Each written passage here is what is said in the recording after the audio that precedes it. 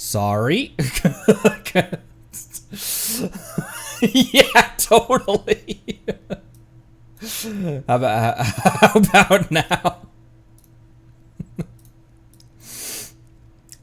There's this little flying watermark because I use the free version of VTube Studio, and so there's this little flying watermark down there that I usually just hide out of frame. There we go. And then make sure my framing is still framing.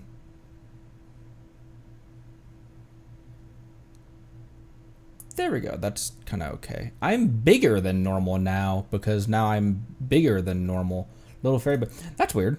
That must have changed in an update or something. Anyways, hi, how's it going? Little fairy buddy. I'm also trying out a slightly new microphone position because I'd been kind of it was not fun for my lumbar. I just realized that there's no music going on right now. It was not fun for my lumbar.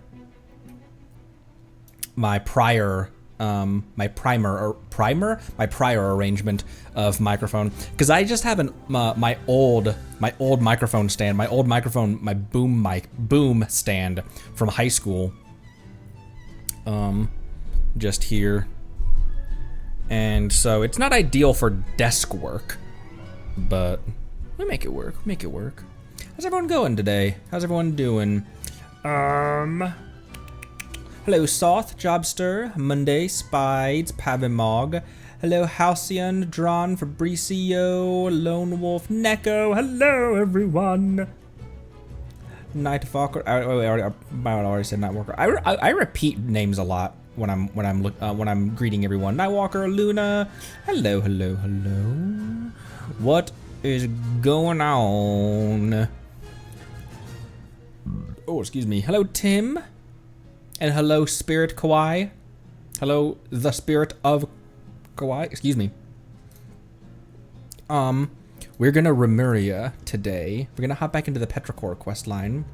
Now let's see how that changed my, okay, that didn't change my framing here, which is weird.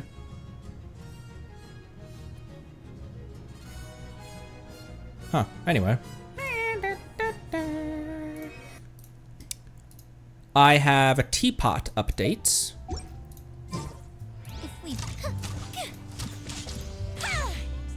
I'm really enjoying playing Yoimiya. Wife and I were exploring a little bit of Narukami Island on her account, in her world, and I was running my Yoimiya and my Xingqiu because they can do good enough where they can not, they're not Arle or Navia. They won't delete enemies, but we'll still have like good battles, but it won't be ridiculous. My wife kind of lacks hardcore gaming skill. So it also makes it so that she's not just getting downed at every single battle that we do. But I am enjoying her so much. And I actually think that she would work better with Xingqiu here. May knowledge guide you. So I might try that today. The problem is I want a consta heal, and Xingqiu's healing is not the purpose of his kit or anything. It's just one of his ascension passives. And it heals very slow and it doesn't heal a lot. But it is a healing, and he has the rain swords that do damage reduction in addition to Dia being able to tank and provide damage resistance or interruption resistance. I was enjoying playing him and Yoimiya together, but I don't know. Maybe Shinobu will stay here for the consta heal. For resonance, I'll take care of it. On for resonance sake, it would also make sense to run Barbara here, but just my Barbara isn't built well enough. A pair of weed users. Wait for my signal. Maybe I'll give Barb a try. Wish me luck. Here, wish you luck. Yeah. Good luck, Barbara. Here, I'll just copy paste Zhongli's stuff onto you because it's all HP stuff. HP Lovecraft.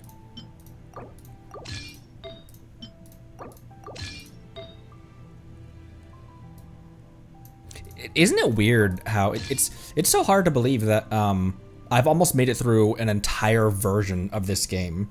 I came in at 4.8 and now we are closer to 6.0 than we are to 4.8. How weird is that? How weird is it that we're closer to Snezhnaya than we are we're closer to the beginning of Snezhnaya than we are to the end of Fontaine. We're closer to 6.0 than we are to 4.2. How weird is that? That must be super weird for like day one players. I am almost caught up. And so I believe that if we focus today, because I do not have anything pressing going on this evening, so we can kind of just power through and let's see how far we can get in Remuria. But we're also not going to rush, which is another thing, Jobster. I also definitely am glad that I didn't rush into Fontaine or rush straight for Natlan. And Thrilling Tales is honestly probably not bad for you. I have a question about my third sacrificial fragments.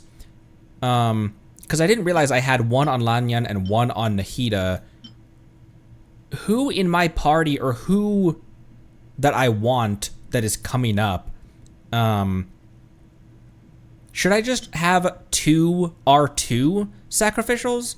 Or should I have 2 R1s and 1 R2? Or I don't know. I'm keeping this right now and just holding that there. Not refining, not putting it on anyone, because I don't know if I want to refine or put it on someone else. Because I know that the sacrificial weapons, their refinements matter a lot because it increases the chance to end its cooldown. However, as I said before, I feel like every single time I pull out that skill with Xingqiu, or I use Xingqiu's skill, every single time it recoups its cooldown. It doesn't feel like 60%, it feels like 80%. So, I don't know, I'm still keeping that as it is right now. So probably just Thrilling Tales on you for right now, I guess. I wonder when I'll be as tall as my big sister. Who could say?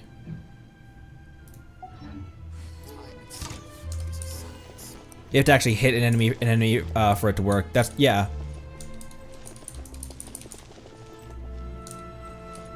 Because it's often when I'm using Xingqiu that I'll pull his burst out. It'll be burst and then his skill to generate particles. But then it seems so frequent that like every time I burst, then skill, and that skill can immediately go again. And so I've got 75% of Xingqiu's energy already just with 2 hits. In R5, it actually is an 80% chance. Double backflipping is always nice. Okay, Teapot. Peapot.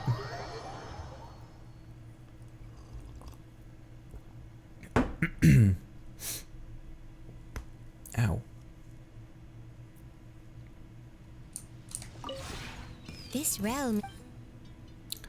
realm, I had to, unfortunately, I hadn't realized if you ever that I was subbed to Genshin Impact's YouTube channel, and so I'd been getting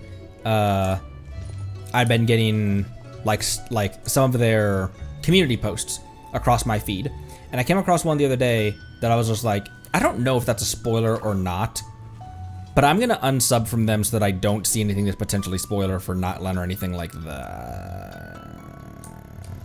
Which kind of blows, but okay. Teapot stuff. This kind of looks the same way as it did before. Last time I showed you. I got these nice little lamps here. I've got the lantern right coins.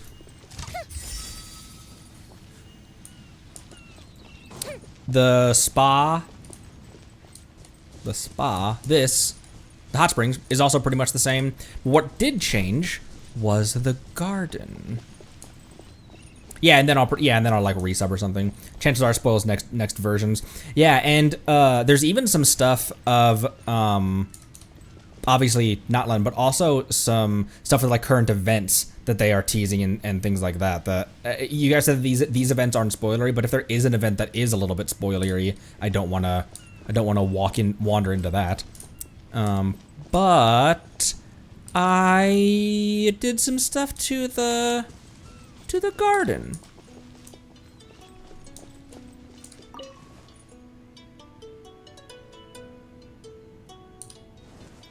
I like it a lot already. This broken square path up to the pond. With colorful trees and well, you can't hop on that. It's just it's gonna take some once I start hitting. Cause I'm done with the garden right now because I'm yellow. I'm yellow in load limit, and I still have the hot springs to decorate. So this is gonna stay how it is right now. And then if the hot springs ends up, if I do everything I want to do in the hot springs, which is going to be pretty basic, this is going to be a pretty basic build right here. But if I do everything I want to do in the hot springs, then I can switch back over and put stuff, you know, on the lawn here. The hot springs will be pretty basic. You guys said that one of the big ones is actually the walls. So I might have to rethink my wall placement at some point. There. And then it's gonna be silly, but I'm gonna do this just to connect it. And then it can just blend into itself. Wow, that was almost seamless. Walls in the and the tiles as well. Oh. The tiles I used almost primarily just as a spacer to like space things out equally and stuff. Okay, then. Tiles take up a ton of space. Well, then for right now, let me take these out, because these aren't needed in the back. And the back of the house is also going to be a part of the house that I might just cap off the wall right here.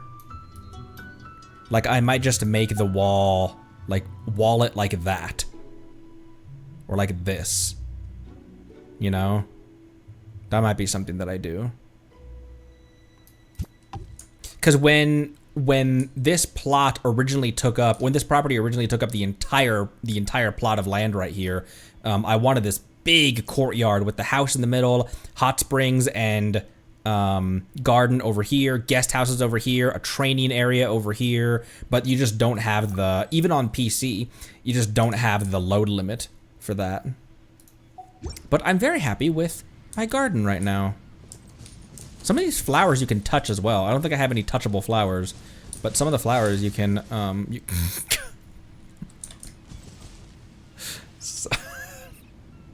some of the flowers you can touch and then they'll poof. You got a nice little sit spot.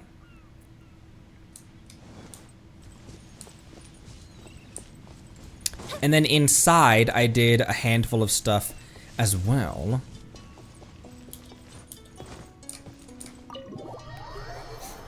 Wild Yui appeared. Unfinished walls due to load limit, brutal. Okay. I put this picture over here because it kind of didn't make any sense to have it on the wall right here. I wanted this wall to be the wall of like kind of a wall of mementos and stuff. I've got the fan up there. But I put this one here because it looks like it makes more sense right there. This table is eventually going to be replaced. I have some tables cooking in the create furnishings right now. Oh, that's the kitchen. And then this room is kind of gonna be Fontaine colorized. I'll probably put like a Fontaine lamp in here and maybe even Fontaine flooring and stuff. So this one will be kind of like a Fontaine theme. I didn't realize there was a picture frame right there. This one will be kind of like a Fontaine themed guest bedroom.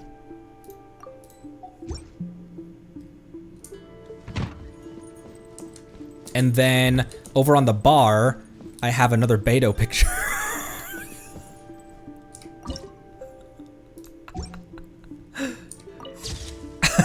I have that one behind the bar, and then the other hangout picture I have is over here. Is this one? Of course you do.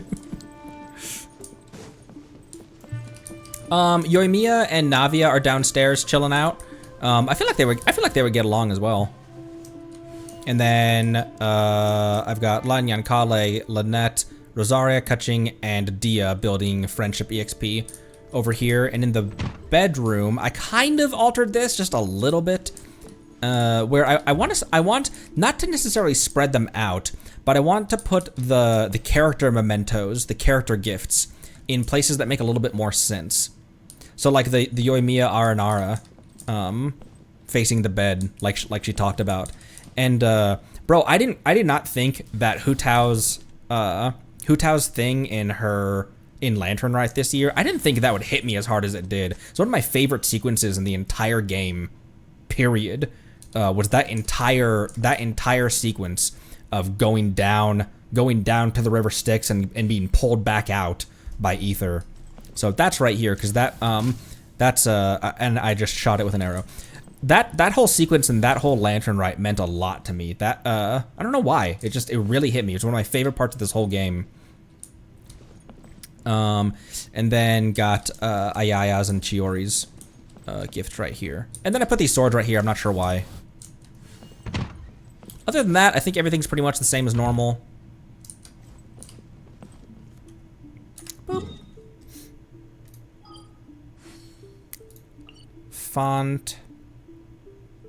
Fontaine. And the whole time, I literally wasn't even thinking about the fact that this is a limited event. It would make zero sense for them to kill off a playable character in a limited event. They could kill off a playable character, but it'd be in like main quest or something like that, not a limited event that you cannot go back and replay. But I wasn't even thinking about that, and that just shows how well it was written. I wasn't even pulled out of the game meta.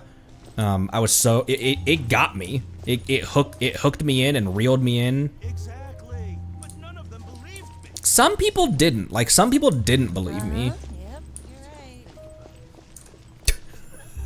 you're right. We're going down to Sea of Bygone Eras is where we're going next. I want to start up here to make sure that there's nothing that I missed as we head down. And I probably will switch to the Farina and Navia team eventually, but I want to start off with Yoi and Barb.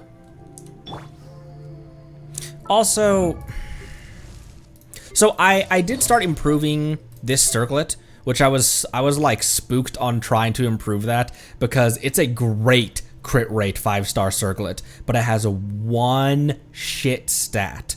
And I was like, oh, I'm so spooked. I'm so spooked to level that up. But it actually rolled twice on attack percentage, which is pretty good for what I use Beto for. But then the exact same thing, I was also spooked to level up this goblet for Dia, which is a pretty damn good goblet as well.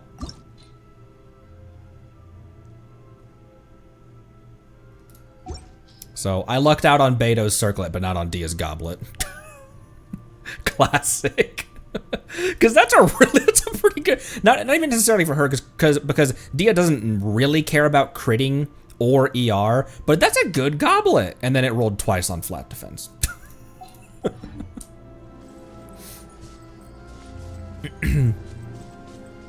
Isn't there still Lone Wolf? Isn't there still a Senora main subreddit?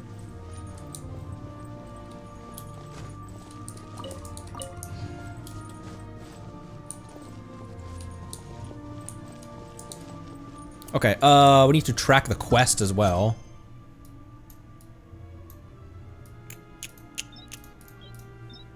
Last day of Remuria.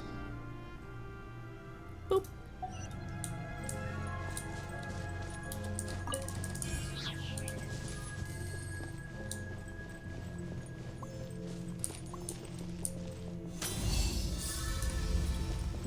I was about to say, somehow I still remember how to do that, but there were prompts down there.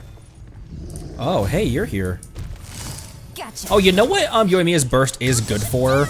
Is that she has an ascension passive. I didn't mean to burst with you, to be completely honest. She has an ascension passive that increases other party members' attack 10 seconds after doing Yoimiya's burst.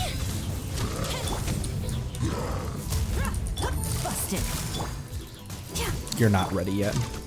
You are not ready. Let's get it on. Quiet now. Let's dip her face. You're dead meat. Here, Dia kill.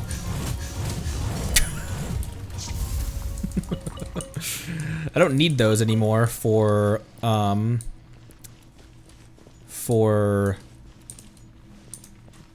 Arle's weapon.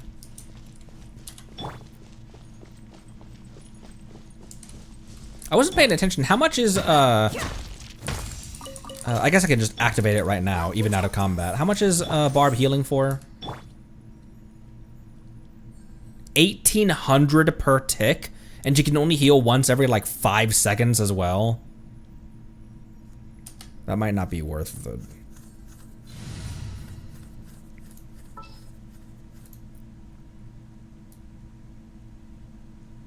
Alright, Shinobu, come back in here. Don't tell me they did it again. Define they and define again. And define don't. Hey! Let me through! Whoop, whoop, whoop, whoop, whoop. Whoop, whoop, whoop, whoop, whoop, whoop.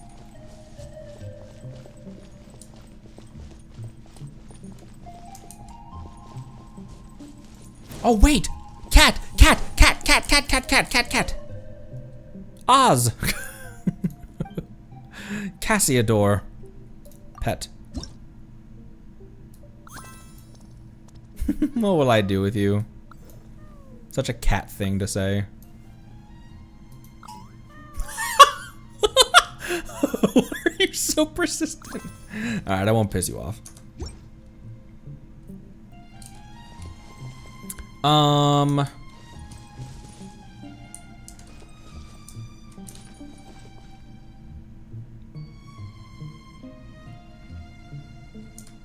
Testing Shev instead of who? Instead of Yelan or Dia? Because Shev wants specifically Overload. I guess that's true. I guess that's true, memes. That Barbara's whole thing isn't her consta-heal skill healing. It's really her 911 burst button. Instead of Yelan. I can give that a try. I say that, but she's unbuilt. Oh, you're level 60. I thought you were 40 though. Armed and ready. Armed. Farmed and ready.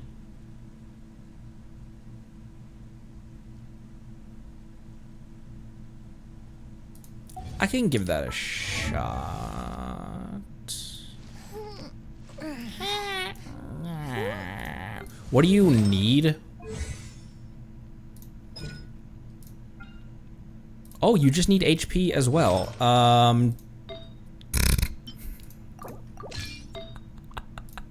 Just because it's my best set of HP artifacts. It's just my go-to. My goat-to. Although this one's probably gonna be clear down here because for some reason. Oh, I was looking for Zhongli's head. Barb has it.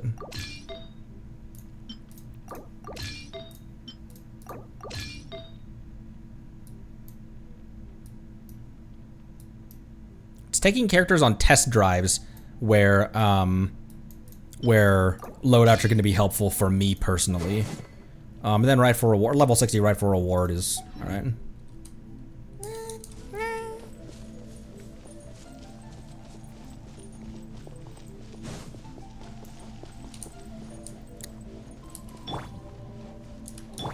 What is the cutoff? It's 40,000, right? You need to build HP until 40,000 with her, and then you can pay attention to other stats because she doesn't gain anything more with after 40,000 HP. 40k. Warhammer. His what? What did I say? What did I say just now? You guys are always like, his what? I was like, I don't even remember what I said 4 seconds ago, guys. Okay. One of the best soundtracks in the game, and they use it for one bubble puzzle. Alright, Cassiodor. His head? What about it?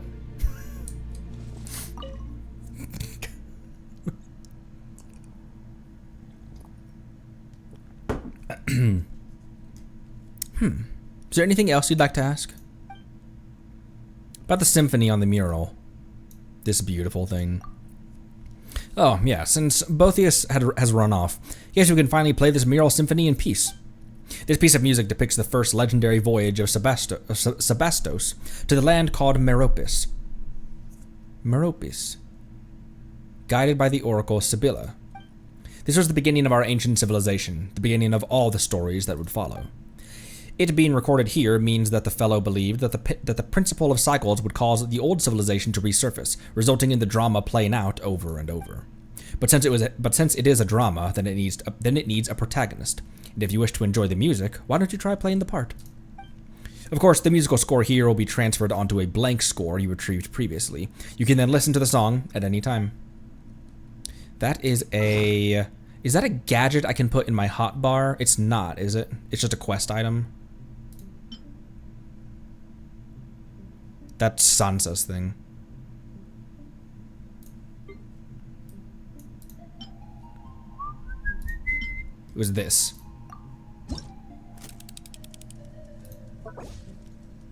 It said for Locus Amonis. It is said that the first terrestrial creatures emerged from the warm oceans. The lands then were fertile, producing all in abundance. The gifts bestowed by fate were so ample that it seemed as if the land itself had been specially prepared for them. A moving melody accompanies the swift ship as it cuts through the azure waves. The outlander gently plucks at the harp strings, telling his companion, "From here to the ends of the sea, all this I give, until that day comes."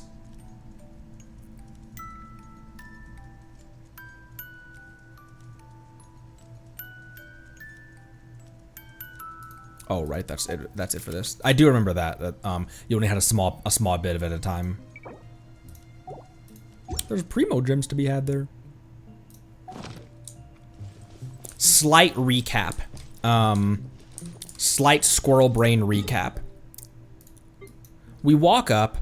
There's dudes there's treasure hoarders over here that are moving boxes and stuff. We fight them, and then we come to the city where everyone has some kind of swirlies around their head, and they're speaking in very odd tones.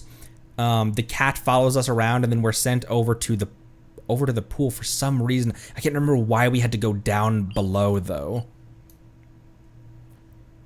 Ah, shit! I remember so little of what we did because we were so laser focused on getting to Arle's boss.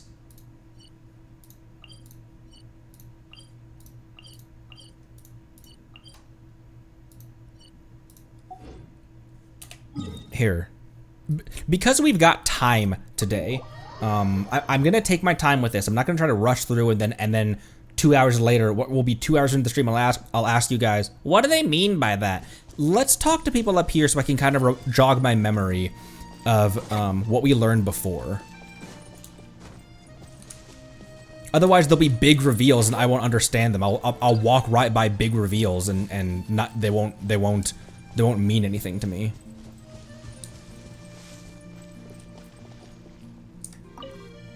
Oh, harmonic whimsy set. Okay, can do that. Ho there, citizen. If you require shelter, simply head to the bell tower in the city center. The savages have been getting all bold and uppity lately, so be on your guard. But the barbarians. Those savages? There's nothing to be said for those detestable invaders. They destroy our cities, slaughter our people. Enemies of the Empire, I named them. Nay, enemies of all civilization. Still, you need not fear, citizen. Dominus Boethus shall soon come to Makimos in person. When that happens, all disturbances shall be utterly quelled, and those putrid primitives shall get what they deserve. Have you met any barbarians? No, not yet, I fear. They're a cunning lot, I must say. They rarely show up when they cannot be sure of victory. We did have the vision where we attended some ceremony, or something when we went down into the depths. The barbarians have been getting uppity lately. Goldoni. Hang on, give me one sec, guys.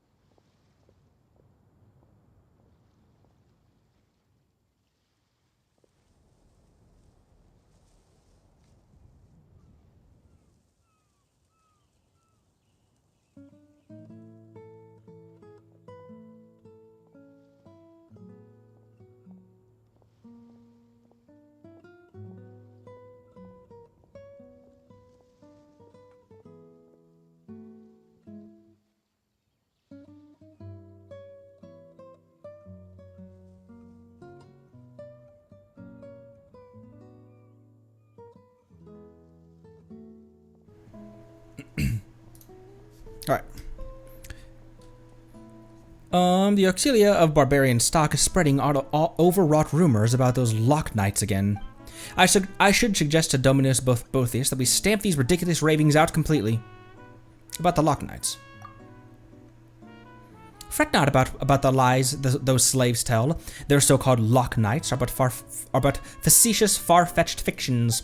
They spread rumors and call those barbarians who worship a false god knights, believing that they shall one day be free from their fated duties. I do not condemn such folly, for folly's the way of the lowly, yet their delusions are fanned even hotter, such that their melodies are tranquil no longer. They must be cured. Once the disturbances here have subsided, I shall act forcefully to correct such strange kinds of supposition. Delusion and weakness both breed turmoil. The Lock Knights.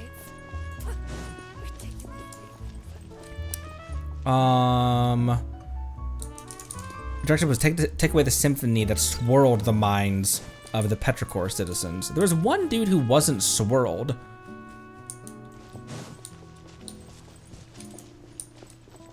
Est. I'm counting on you then. How could something like this happen? I can't just leave everyone else in town to fend for themselves, or I'd be up in a gander back to the ruins to investigate. Still, it's a good thing I ran into you. Please be extra careful.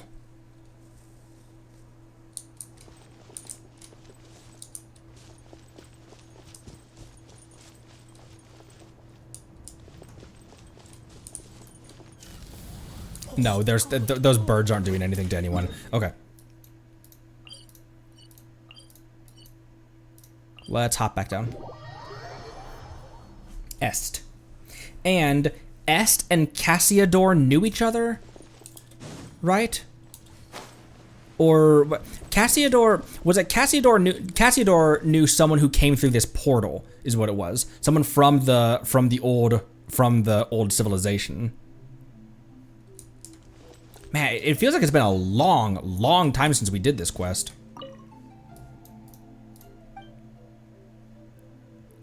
I still got a few more questions. Tell us about Remuria. I think this is what we. Oh, Botheus. I think this is what we read these question things, and then we ended. That's where we ended off the last time we were here. Very well. The story begins before the court of Fontaine as you know it was born. The Sebastos, Remus, founded a nation above the high sea that is Fontaine, and the ancestors of the present-day Fontanians named him the Dark Lord Remus in their terror. Before it sank, this body of water was part of the Great Fontaine Lake and the location where the capital of Remuria was sited. As such, these waters have the same properties as those of Fontaine. Unlike what you hear from most histories, the people of Remuria were not ordinary humans like the Fontanians. Rather, they were a new race, their bodies having been cast from stone with ichor for blood. The Sebastos gave us such bodies in the hope that we could escape our prisons of rotting flesh and fate. His great vision was what we should all grasp the power of the symphony, and thereby escape the shackles of Fortuna, becoming the masters of our own destiny. We once possessed all the high sea, countless cities and palaces, flowers, flowing wine, and yet, fate found us all the same. After returning from the deepest depths of the sea, the Sebastos used ichor to create imperishable bodies for the people, and still the prophesied future did not change. Our God King believed that it was because human souls could not escape the gravity of fate, and so he wrote the symphony, a music that could weave destiny. He believed that through this he had found a way to resist fate, but instead that path led us into utter darkness, step by step. And in the end, the entire kingdom sank beneath the waves, as though it had been smote by divine judgment. I fear that even he did not foresee such an outcome, though all the same, that is what happened. And found the nation above the high sea that is Fontaine. So, above the high sea that is Fontaine, is the location of Remuria important? Because I read that as Remuria didn't exist on the same topographic level. It existed in the sky, or it existed underground, or like in a different space other than Tevat. But that doesn't make a lot of sense, does it?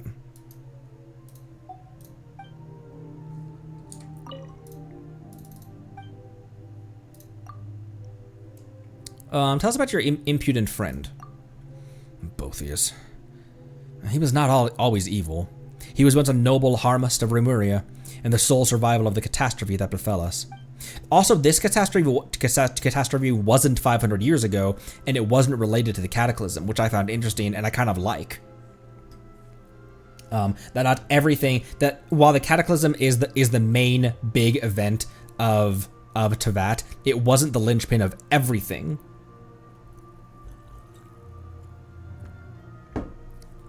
The original purpose of the Golden Castellum was to unify our surviving kin and prevent the catastrophe of the rising waters from ever occurring again. But evidently, Botheus had his own designs. While I and my companions ranged across the land, struggling mightily to contain the power of the primordial waters, he used his eloquent tongue to sway those who remained. He initiated a fell ritual that aimed to restore the shattered symphony and receive the ruined realm. To this end, he did not hesitate to dissolve the will of our kin and plunder the souls of Fontanians everywhere. Many rulers and nobles became his pawns, and Polites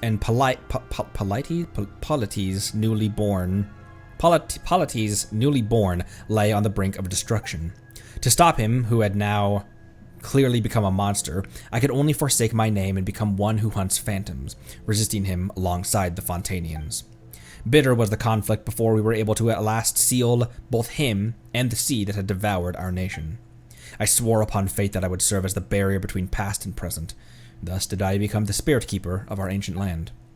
I had thought that even if evil lingered in him, his soul had long since broken, and he would remain naught but discordant notes, a symphony plunged into strife. I never thought that he would weave his shattered self into the symphony and thus gain mastery over it. The discord and dissonance that now emanate from these waters can be regarded as an extension of his power. If we are to defeat him, I fear we must await the moment when all his soul fragments have gathered around one body.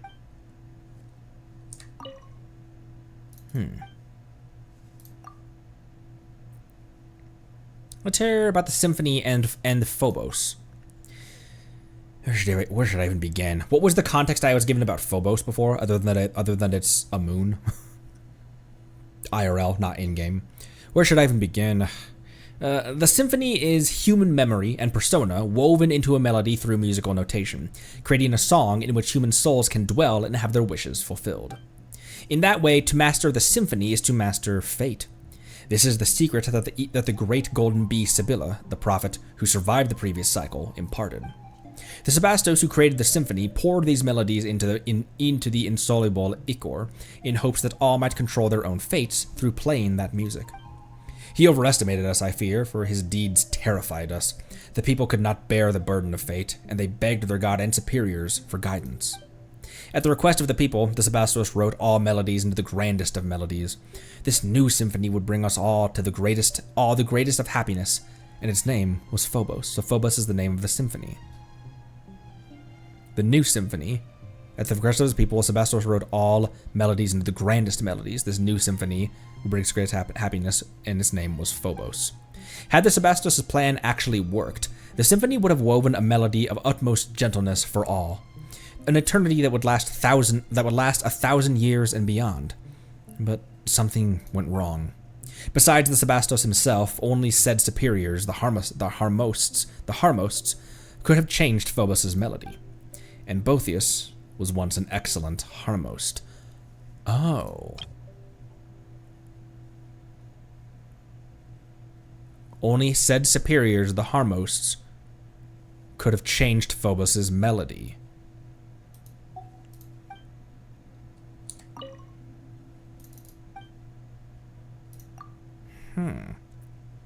About the dreamscape I just saw. Ah, yes, those were indeed the memories left by he whom I served, the Sebastos, the god King Remus. Though I do not understand how you were able to see them, Conry. But I do not think you need to worry.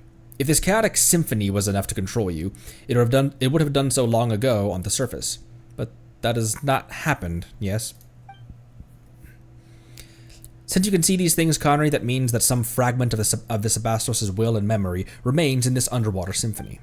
Long millennia have I searched, and if you could touch some more of these memories, perhaps I may find the answers I have sought all this time. The great waves could not hurt a god, even should their crests scrape the very skies. And yet the Sebastos disappeared without a trace when our nation fell into the depths. He would not have sat idly by as his nation and people drowned in blood. So where did he go? Or was his passing Remuria's true death knell?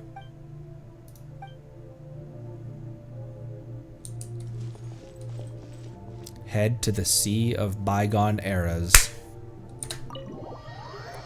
Let's do just that.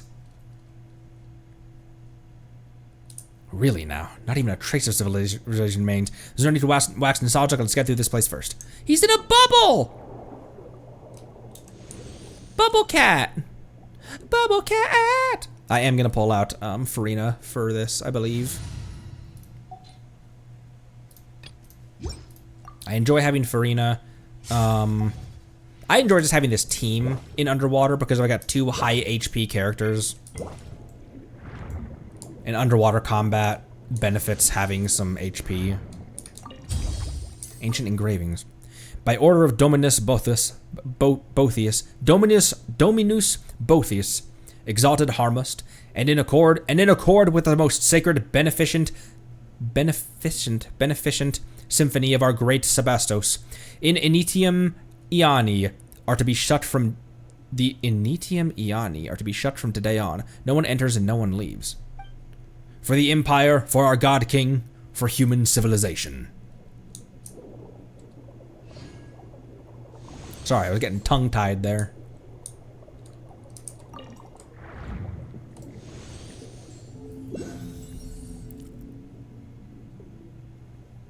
a strange glowing fish. Paimon thought it would run into it here. We saw that outside of the, we saw that through the glass windows. In Petrichor's underground.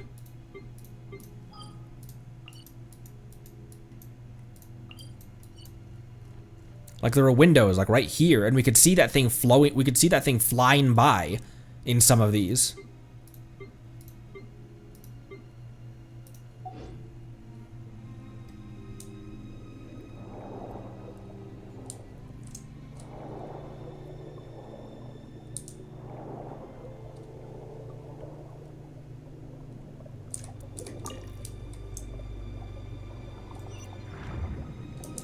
Teleport.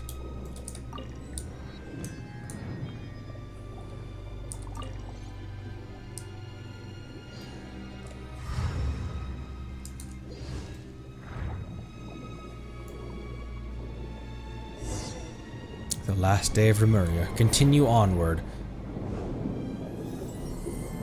I believe there might have been an Ock I missed, but I'm following the whale. Oh, Cassiodor's right next to us. Look at him swimming in his bubble. Whoa.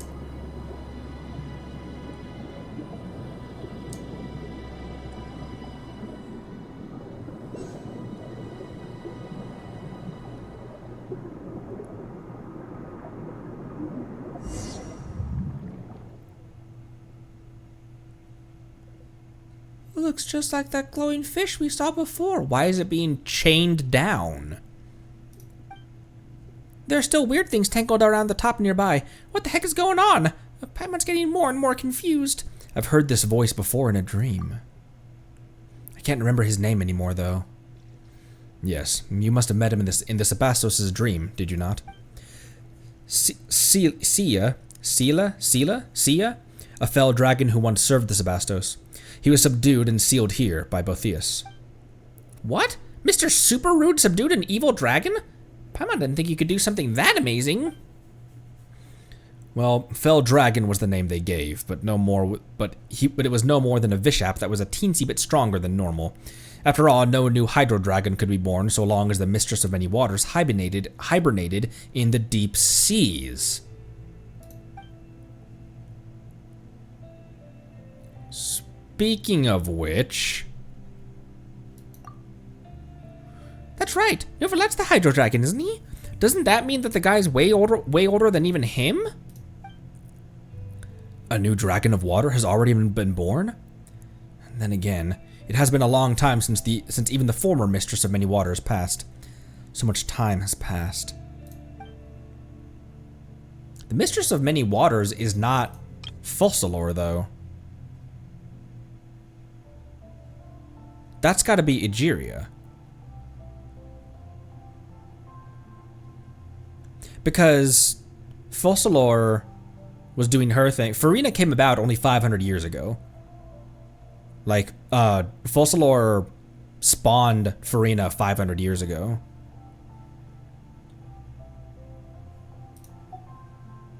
In any case, the evil dragon Sela was once the Sebastos' friend, but he revolted at a critical juncture in the showdown between us Remurians and the Fontanians. At that time, Sela led the brutal Dragonborn to Makimos. Intent on breaching the inner city Capitolium, where the Sebastos resided. Makimos? Yes, the people in town were always talking about some Makimos and a bell tower or something. Correct. Makimos is the outer city of the capital, but should the fell dragon wish to enter the inner city, he must pass through the Initium Iani. That is the barrier separating the inner and outer parts of the capital, and the symphony weaved by the Sebastos and the musicians, which covered all of Remuria, passed through the Initium Iani in its golden waterways. Look at that big old hole down there. Oh, I hate the ocean. Botheus and his legions used this fact to shut down the Initium Iani, thus finally sealing the evil dragon. Something's not right about that story. The dreamscape from before, back then. Is Is it Sia? Is it Sela? Sela? Should have come and seen Remus before. Perhaps Sela forgot. Perhaps Sela sought to go before the Sebastos' throne, but such an opportunity is now forever lost. Afterward, the evil dragon sank alongside Remuria, and the Sebastos too was also lost, remaining so to this very day. Sela, okay. Do you recall something? Oh, it feels a bit muddled. This is true. I only heard tell of events after it had all transpired myself, having not been in the capital when the disaster struck. Then, none knew just what had happened to the Sebastos. I fear that we can only learn more by proceeding further. The large glowing fish that we see in the castle must be the thoughts that escaped from fissures in Sela's stony cell. I fear he has already taken notice of our presence. Having been sealed here for so long, now that he's finally sensed outsiders, he will naturally find a way to lure us in. So that's it. Hang on a minute. You said that the way to Domus Aurea is through those gates or something, but hasn't Bethia shut them already? Doesn't this mean there's no getting through? This will prove quite tricky, yes. There's gotta be a limit to how rude you can be. What's with this? I'll wait for you at Domus Aurea. Mwahaha! Nonsense when you don't even leave the door open. You know, why don't we find some way to break the seal on the evil dragon and get the former foe to beat the former foe he beat to break the door down for us? No. How could we do such a thing? I mean, after all, that is one of Remuria's nemeses. Remuria is long gone, no? That's right. It's been so long. For all you know, he might have decided to turn over a new leaf and... Oh, this is Paimon speaking. That's right, it's been so long. For all you know, he might decide to turn over a new leaf and be a nice dragon. But he is still a dragon. Come on, so what? Even if he's a dragon, he might be the reasonable kind we can talk with. We've got experience in dealing with dragons, don't we, Conry?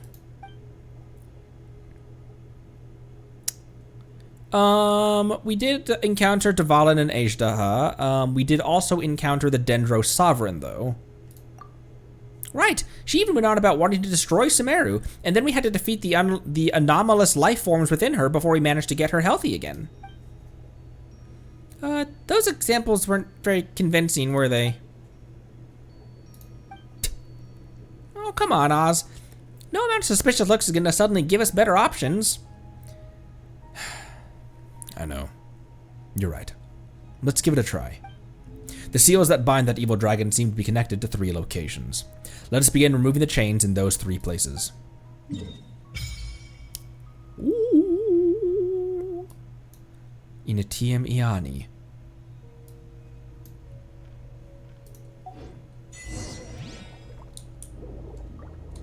What was that achievement?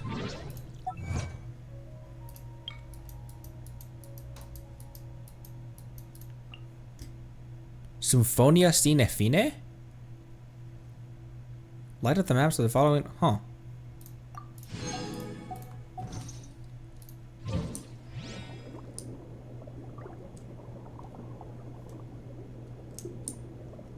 Can you come back here? Can you come back? Oh my gosh, I hate the ocean. This is horrifying. But gorgeous. This is one of the prettiest landscapes in the whole game. It's just, it just freaks me out because I'm so scared of the ocean. Yes, cool. So let's press the objective. I also have no power right now. Well, you're kind of pretty though. Oh, you're actually really pretty.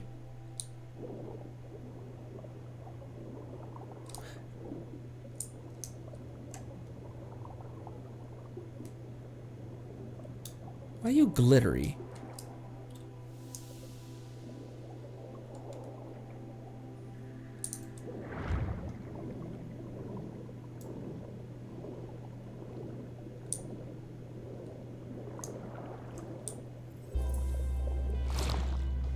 Oh, hey, we're on land.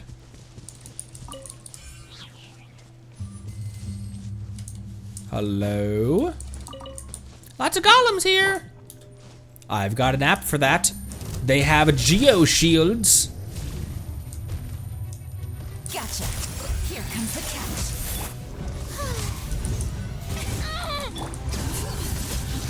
Getting great names echo.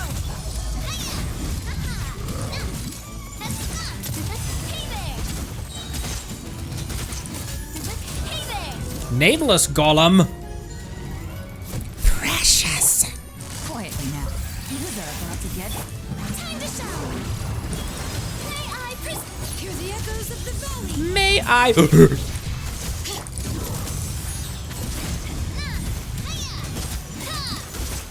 Bullets.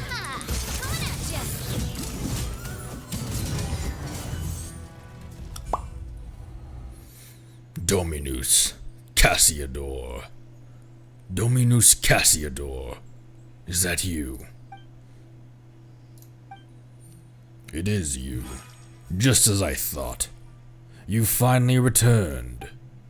I was ordered to guard this fortress, but the cruel vishaps and attacks of the barbarians were simply too much for me. So I was forced back step by step until I arrived here.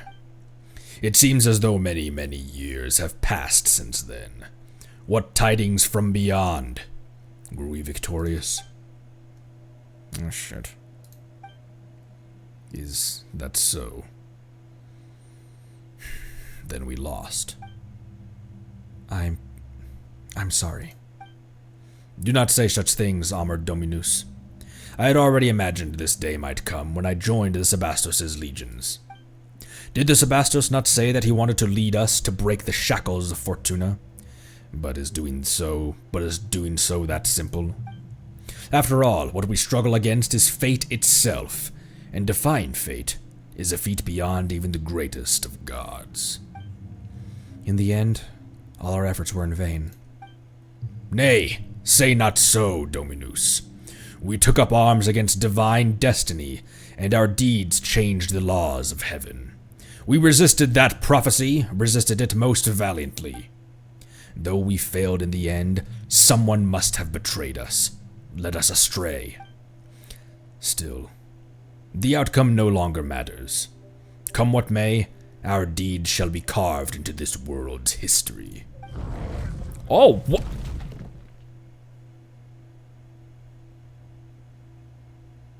Why did you fall over like that? Can stone people also just suddenly faint? I still do not know his name. It appears his history has now reached its conclusion.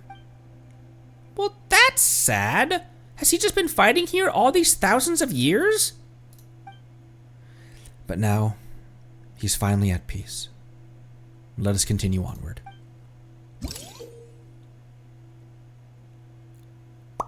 The 3 chains that bind Sela are wrapped around 3 stone pillars. Use the power of the symphony to hold and unleash a play sound wave that will remove them.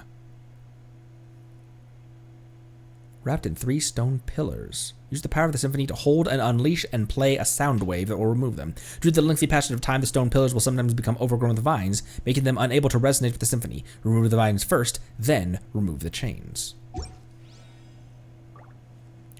Quickly, undo the chains here.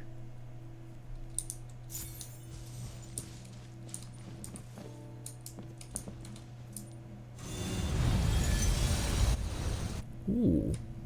Nifty.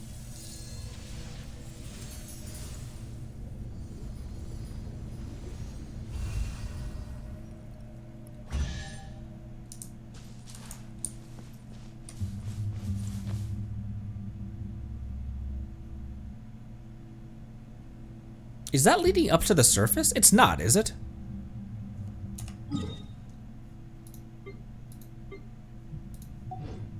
No, because we're in a different dimensional rift, aren't we?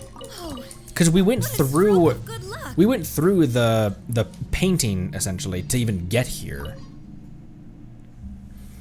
Those souls, the shadows of the past lingering here. If we can defeat Botheus, perhaps they too can at last find peace. Why would their souls Obsession? Delusions? Ugh. And regardless, the bodies created by the Sebastos offered us a sanctuary to which we could flee. Just as he hoped, the sea will steal neither our souls nor our lives. But it is because of this that our souls have become all the heavier. Rather than my kin now being trapped beneath the depths by the symphony, it is more accurate to say that they, like Botheus, are bound here by their own obsession.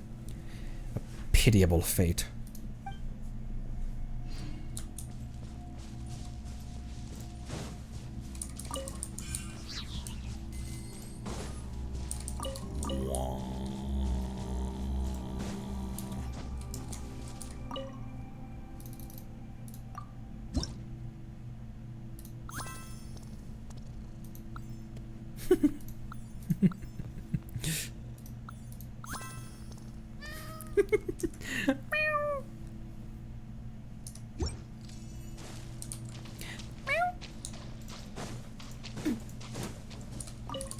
I have my box cat, in case anyone missed it. We did pull a box cat on standard of all places. Right, that was a standard pull. That wasn't even on the chronicled Inazuma banner. Oh, hey, I didn't get this teleport over here. Okay, next one. Let's go to the right. Whoa.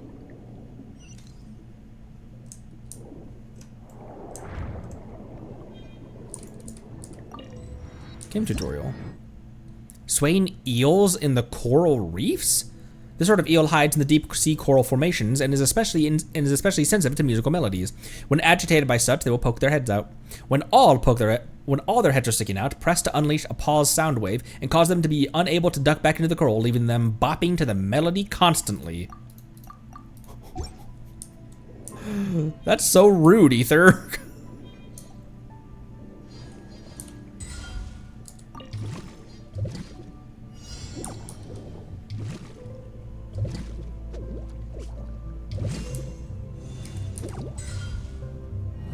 Oh, whoops. I was trying to press and hold it.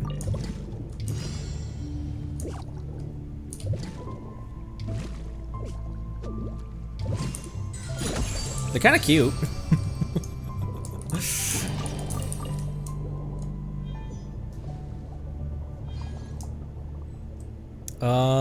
Down over there. Ether's like, now dance for me. Eternally. Another gameplay tutorial. Washer octopus. These underwater creatures have achieved a marvelous symbiosis with the conches left behind by an ancient civilization, and they constantly play ancient melodies. They seem to come from in various color, and you can resonate? And you can resonate with the orange washer octopus by pressing to unleash a pause sound wave. You cannot do so with blue ones, who must be interacted with by other means.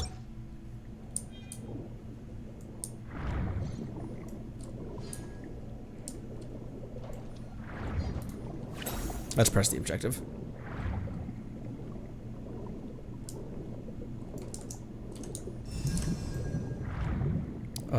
Ooh, down here.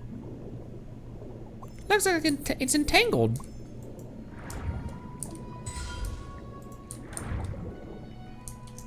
Ancient creature has been, okay, washer, resonant, anemone. Oh my gosh, there's so many new stuff for me to keep track of in addition to the lore. A marvelous marine creature can resonate with the tune played by the washer octopus. It will enter a resonant state when continuously affected by music.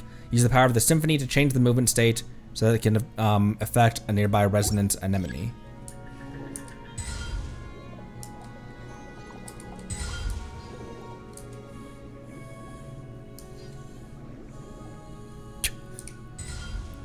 Yes, yes. That's it. Play your music.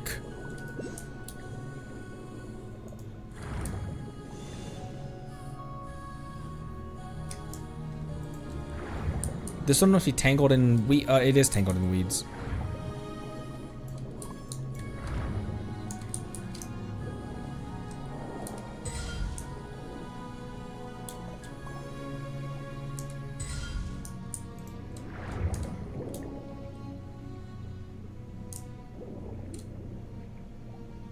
Okay, they've got to activate all of these things. Because when it's in or near the ring, they start glowing. So I just need to get this guy over to these three. So stop it. Stop it. Stop doing your thing.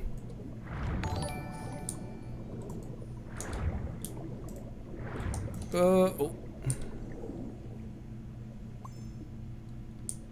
You need to light up both of these. How do I get him to stop?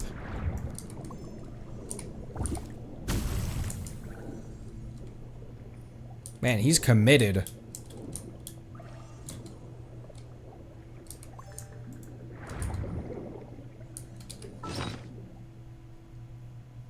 Not that. Tutorials.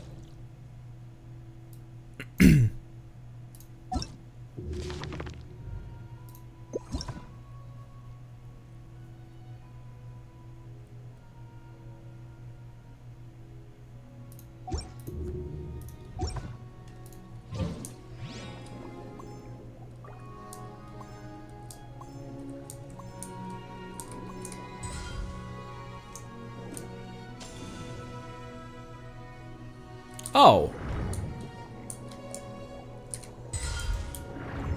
Oh, okay. There we go. I had to hold it. Oh, just tapping it. There we go. Who? Why?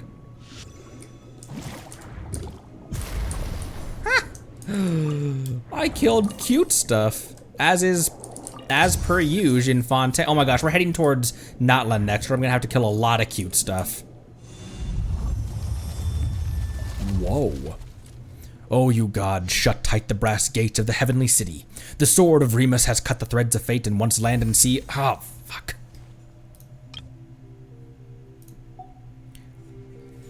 Imperator, are you alright? Are you dreaming again? So noisy. What's going on? The people have gathered in your great hall. I believe they have questions for you, Imperator. Recently, the melody of Phobos has been interrupted many times, and so they have many concerns regarding this. I have no choice but to do this. I trust your wise judgment, naturally, and I have heard something of recent happenings. Is something wrong with Phobos? Phobos has planned rich for everyone, such that humanity as a whole can attain happiness. There should be no issues, not when we have the aid of Sabila's nearly limitless powers of calculation. But I heard cries of sorrow within the music. Did someone secretly alter the musical score of Phobos? No, none can do that except myself and the other Harmosts. Could it be that the prophet had hidden something from us? Impossible. Has she not already sacrificed her very life for the cause? The veracity of her prophecy has been validated by the Mistress of Waters. She would have harbored no such selfish designs. Or perhaps it is precisely because she had no desires of her own. Today, all people rely on Phobos to make judgments and decisions for them. If something were to go wrong with it, the citizens fear that all would descend into chaos. I need you to go where those who cling to blind faith are. For this reason, I must grant you free will. Is that to say you wish to separate my melody from the grand symphony as a contingency against mishaps? No, it is still too early. I fear my soul is still unable to withstand such great fate. I believe in you. But from now on, we shall no longer be part of we. You shall be no longer part of we. I understand. I have resolved myself. If this is your wish, Imperator, I shall see it done. Oranopolis, the city of the future. Call yourself by this new name. Oranopolis.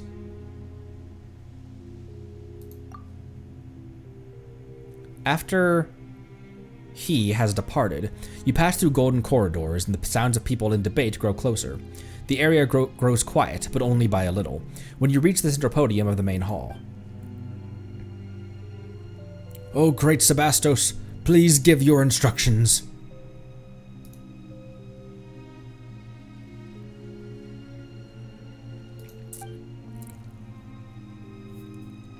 Many have been unable to hear the Phobos' melody as of late.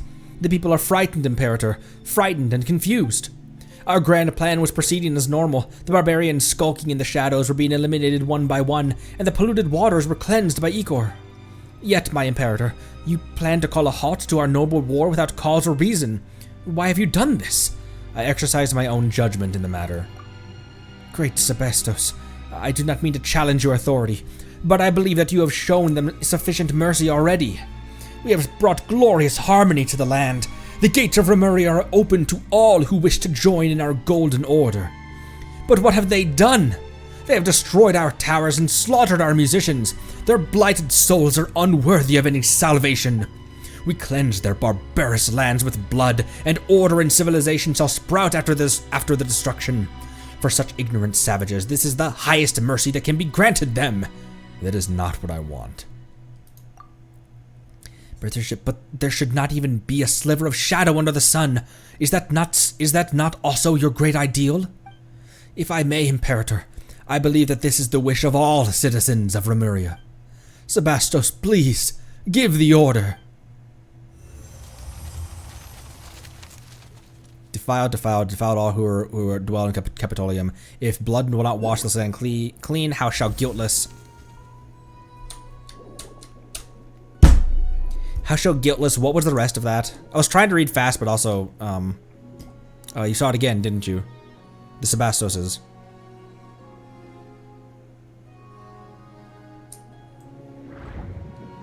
Guiltless flowers still bloom.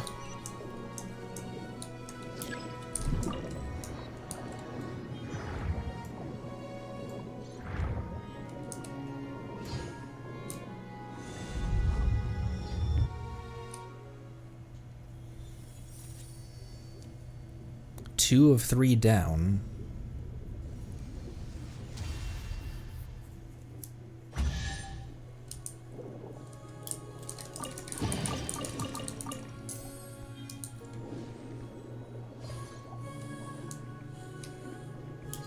Is an ox somewhere over here? Oh my gosh, a Shrine of Depths. Alright, yeah, well you can definitely come back here then. New area. Shrine? Shrine of Derps.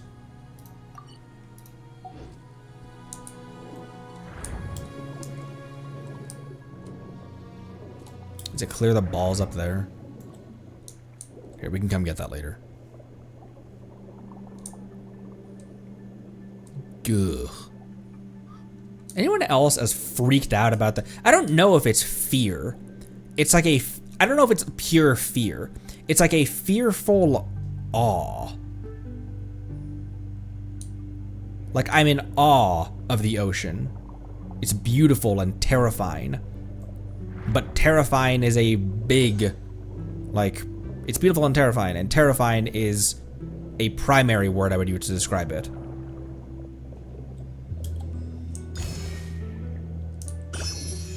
Oh, give me a razor.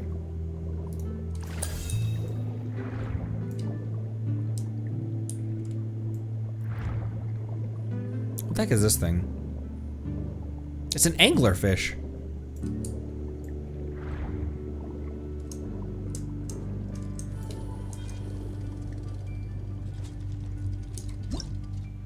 The auric anglerfish. The long-destroyed ancient civilization raised these mimetic devices for some unknown purpose. Their mouths contain some unknown valuable treasure. When the sensors on their heads discover something amiss, their mouths will close tightly. If you wish to obtain the treasure, you can sneak up on them and press to unleash a sound wave of their tails and force them to stop moving before grabbing your due reward.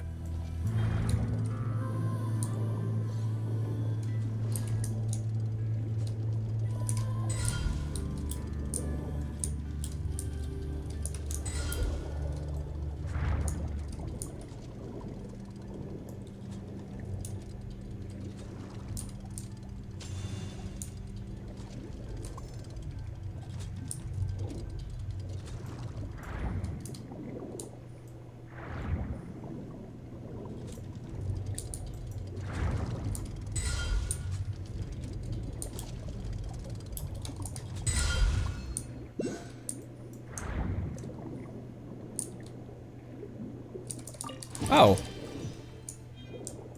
Alright then. Okay. Well then. Last one over here.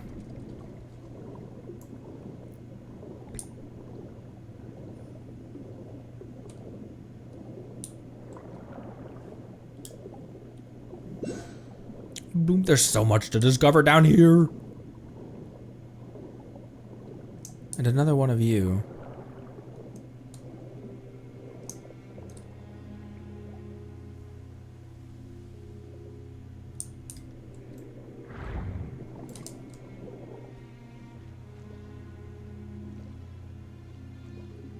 Why does this just look like the same? Hang on.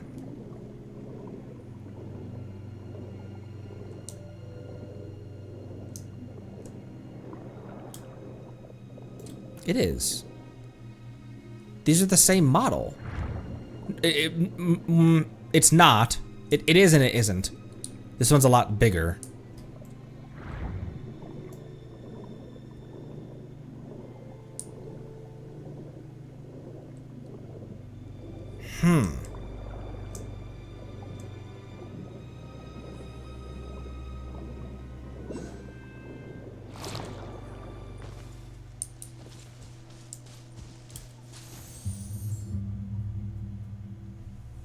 Hey, you. Yes, you gibbering imbecile. Why do you delay? Even if we waste away, the treasure won't move itself, surely. The dude they call idiot? Nay, sir. It's just that they are simply too heavy. We've been at this all day, yet there's still too much left. Wait, hold on. This is the exact same conversation from the beach when we first got onto Petrichor. With those treasure hoarder guys who were arguing over the boxes. Well, where then is the intrinsic merit in feeding that prodigious size of yours? It's treasure, you brute. Treasure, of course it's heavy. Besides, we confiscated all these treasures from those accursed barbarians, did we not? Leaving such wealth in the hands of those insects who live like swine and mongrels would be a terrible waste. But, sir, don't you think we should have brought a few more ships if we wanted to haul this back to Remuria? Did he say Remuria when we first got here, though? Did he say if we want to haul it all the way back to Remuria? What are you, slow? Imperial cargo ships are not used for such a thing. Well, why don't we destroy what we cannot carry? Better than having it fall into the hands of these savages. Is it just Paimon, or have we heard this conversation before? Sounds like when we first arrived in Petrichor. Yeah, those unlucky adventurers we drove off before were saying similar stuff. Feels like this round's way worse than the last two. Is it possible they were turned into golems after the boat they were on sank? That's so creepy. Est. Are you of Legio 9? Legio 9? What are you doing here? Should you all have not been ordered to retreat to Fort Charybdis? Hey, Est, don't you dare ruin our fun, you hear? These barbarians are less of a threat to than dead fish anyway, so just let us have our fun messing around about here for a while longer, would you?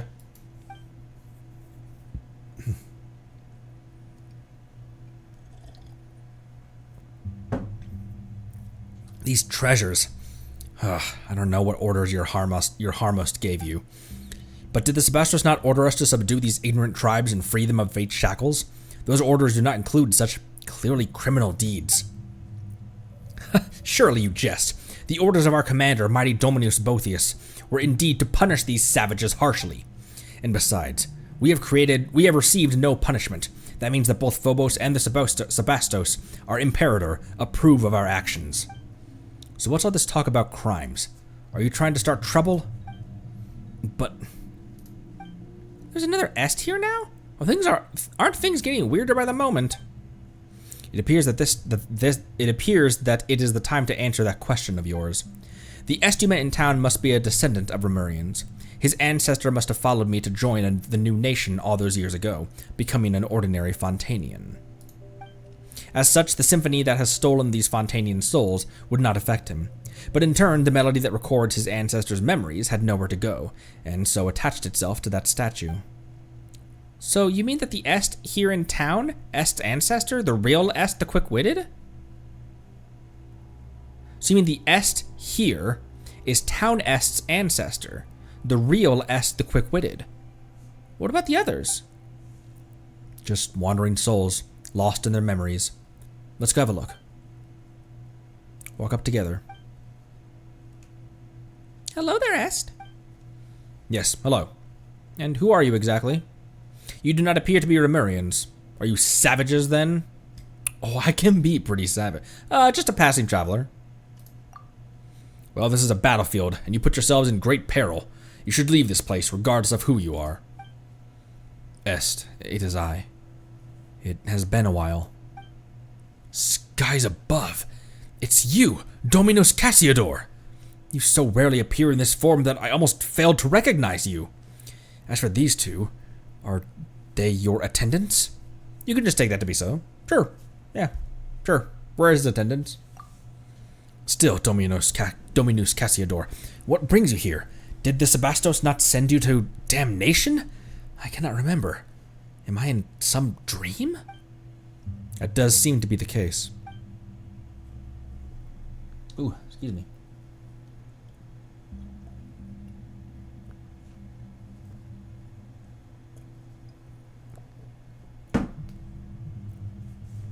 The Sebastos must have assigned you to some secret mission again, or else I am ignominious. You guessed correctly. Speaking of which, why are the legionnaires of Legio 9 guarding these chains? Those chains. The chains. You mean the treasure, yes? I believe them to be the spoils of war. Though the Sebastos views war as naught but a sad necessity in fulfilling our grand aspirations and has long outlawed such brutal behaviors. You know as well as I that they have become commonplace nonetheless. We are on the path of darkness, though none perceive it. Dominus Cassiodor, what has happened? Phobos was meant to bring us happiness, but all I feel is a pain I cannot name. I too am searching for the answer to that question, but it appears that we will have to deal with the problem at hand first. Indeed. Still, those are our legionnaires, so let us solve things peacefully if we may. Ahem. Legionnaires of Legio 9? Huh? Who are you? Est's little helpers? We are Cassiodor's retainers. That's right, Dominus Cassiodor's retainers. That's who we are. It seems you two have quite the penchant for acting.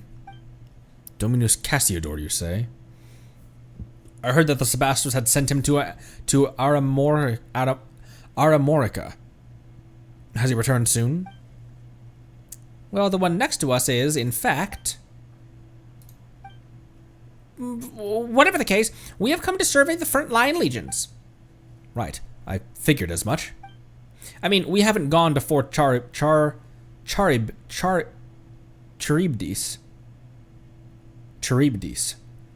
with the main body of the troops, but we are the rear guard. So some final cleanup is well within your range of duties, eh? Is this also a command from Phobos?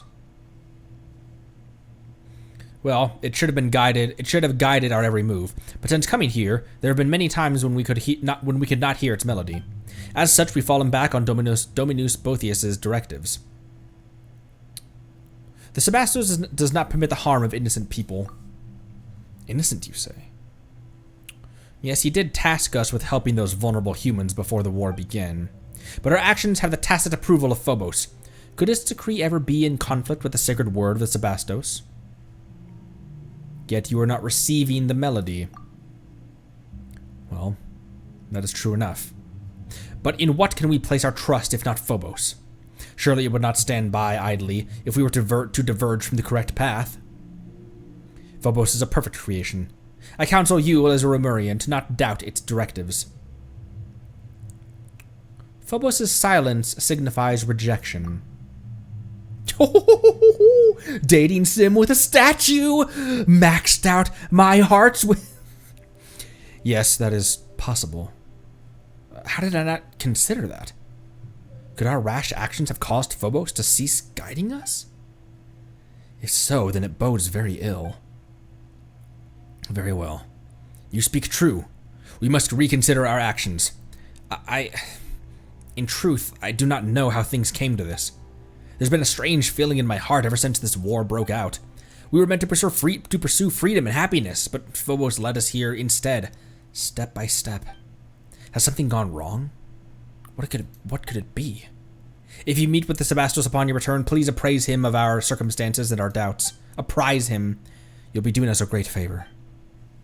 Don't worry, we will. Dated the Raiden Shogun. Dated the Shirashami Himigimi. Dated a fucking statue.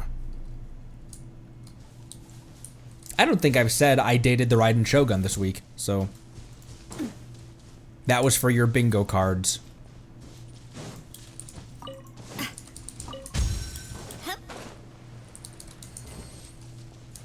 Whoa, I want that statue.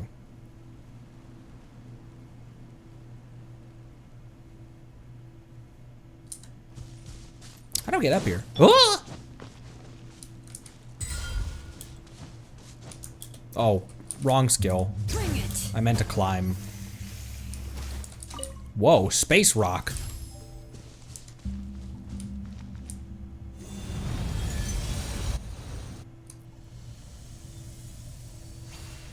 It's probably just that this has been touched by primordial water. Because the water in these seas is the same water as in. Whoa.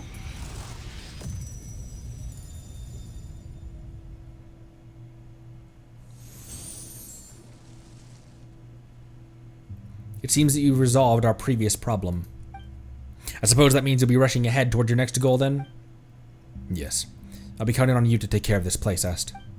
Also, remember that it is better to trust the wisdom of your heart, rather than handing all judgment of what is of right and wrong over to Phobos or any Harmost.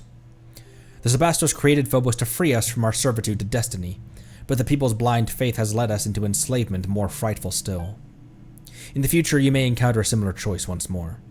I hope you will make the right decision when the time comes. Dominus Cassiodor, why are you suddenly speaking of such things? Still, I shall keep your words in my heart. I, Est, shall uphold my own sense of justice. That is good. Farewell, Est. I believe we shall meet again.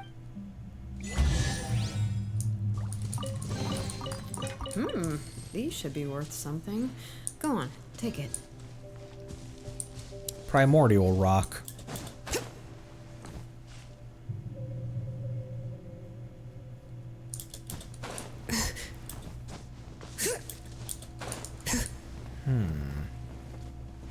What's back here?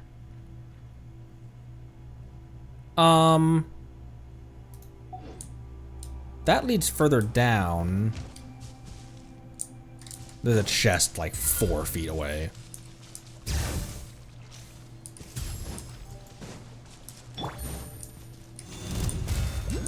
Busted. Strike a pose. Here comes the catch. Letting great names echo. Don't climb that, you crazy!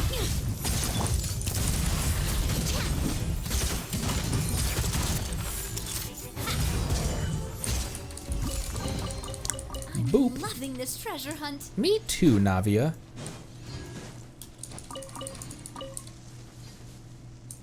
I'll grab this teleport. Since it's here, you know. Whoa. Whoa!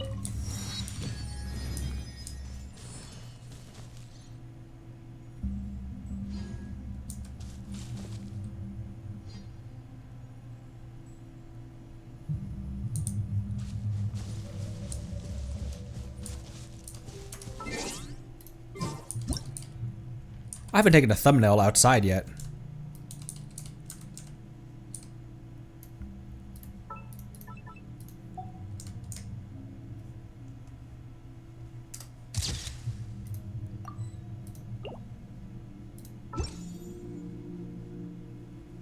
Huh. It's so tempting with a Celia and an Ock right there, but let's focus back up.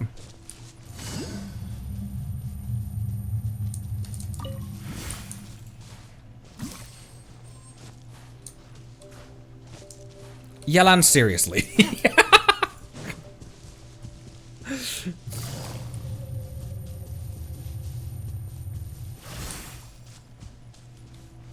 Bring it.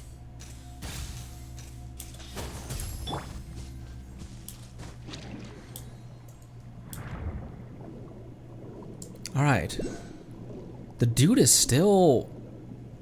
No, if he swam up.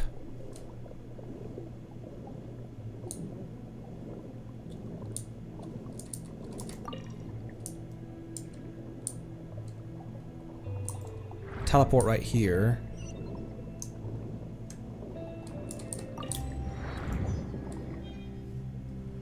You know where a good picture would be from? Would be from where we entered. My thumbnail real quick.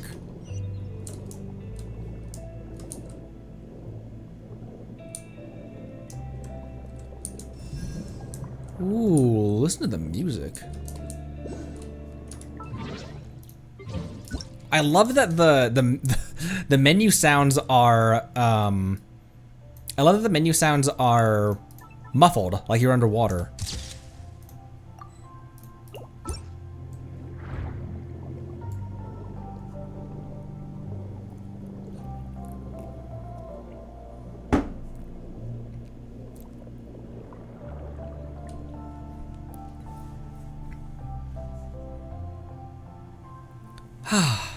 Such warm ocean currents, free at last. Well now, little ones, hail you from the surface. I do not know for what reason you have come to this deep water prison, but... You aren't little anything, you're just way too big. Paimon, you're little to literally everything, even Yenfei. Very well. Either way, you've broken the shackles that have bound me for millennia. That places me in your debt. If there's any undertaking in... Oh, my undertaker! If there's any undertaking in which I may give you aid, then speak. Consider it a token of my gratitude. Paimon knew you'd be a reasonable guy. Anyway, Paimon's name is Paimon, and he's Connery. And this is... Actually, Paimon's not sure what you'd know him by, but we call him Monsieur Oz. Ah, Cassiodor. It is you. It has been a while. So you came back after all. But sadly, still you are sadly late. By a few thousand years, no less. Oh, looks like the big guy knows you, Monsieur Oz. I have nothing to say to despicable traitors. Speak not so rashly, mortal. We are dragonborn. Fosroda! We keep all our promises and betray none, which is more than can be said for you, for your haughty race. Save your breath. It is worth less than a drowning mayfly. Your betrayal is undisputed. Were we not defeated in that war precisely because you turned against us? If we hadn't lost that war, our nation, the Sebastos, wouldn't have. Ah, you've been gone far too long, Cassiodor. The truth is not what you imagine, though I suppose that a secret plan would not have been secret had its details reached your ears.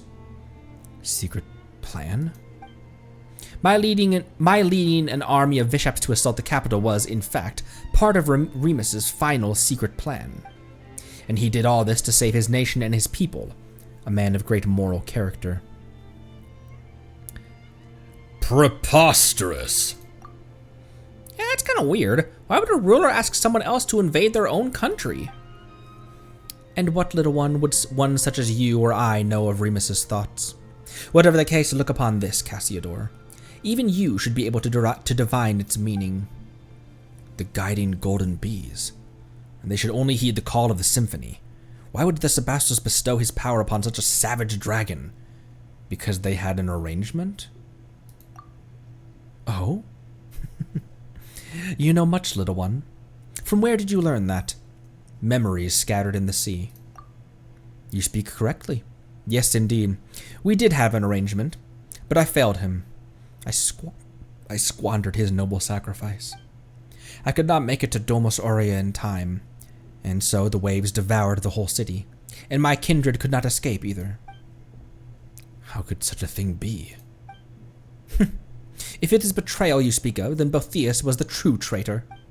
Were it not for that lying devil, that deceitful rat, and his silver-tongued deceptions, how could a prince among dragonkin such as I, who once led our armies after the age of the ancient dragons, have been beaten so badly? That devil first falsely claimed to have given up resistance on Remus's orders, saying he had ordered the legions to cease resistance. Yet when we arrived here, he suddenly rose up against us.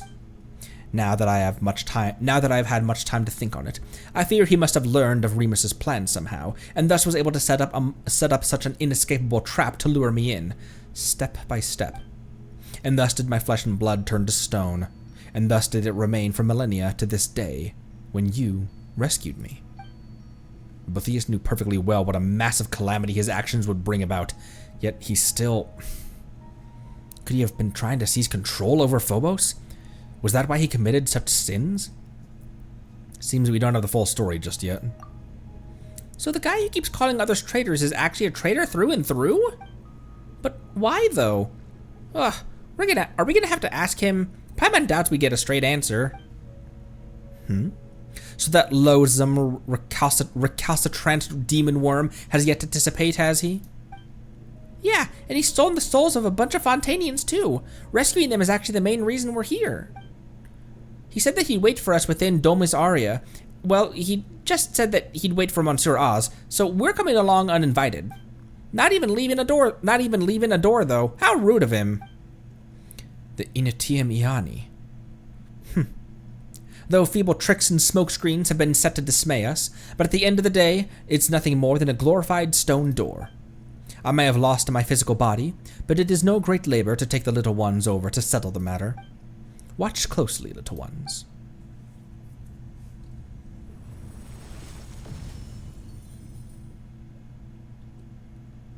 Ooh, you're pretty reliable, huh, big guy? Now we simply need to break these revealed seals one by one. If you are prepared, then let us go. Well then, Monsieur Oz, are you ready? Now that it's come to this, we have little choice. Alright then, what about you, Conry? Ready? I'm ready.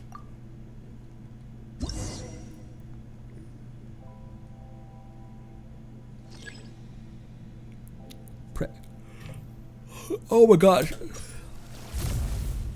Sorry, I was yawning.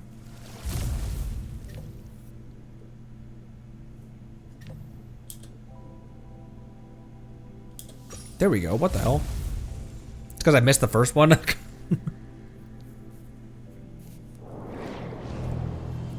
Takes a lot of oxygen. Oh, ether gameplay. Swimming with a whale. There isn't much time. Keep up, little ones.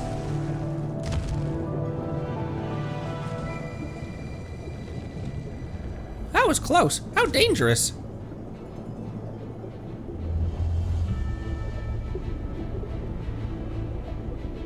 It's dangerous here. Stray not far from me, for I shall protect you. I can't really even move. Be careful! Shatter the stone. Oh, this music! Were not for my being left with such naught but this tiny body, there'd be no need to take the road to the capital. So there are other paths, but you said we had to come this way! Unlike you, I was able to cross freely between different bodily forms, well, as long as the body was prepared in the inner city, of course. How did you do that? It's pretty awesome!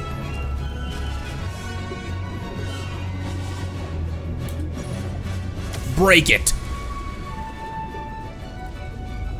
That which is in our path shall no longer be.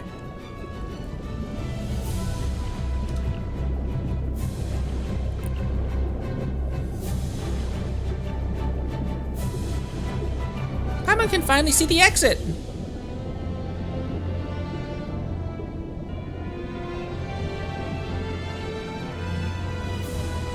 Whoa, there's like an aquabus line.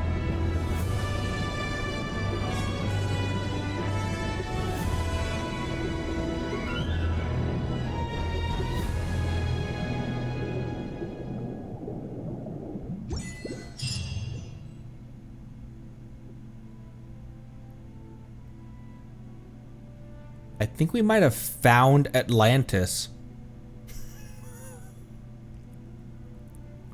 We're finally here. And there's Domus Aurea. It looks more like a giant harp, though. Well, why did your Sebastos construct it like that? It certainly seems well preserved. Look at this.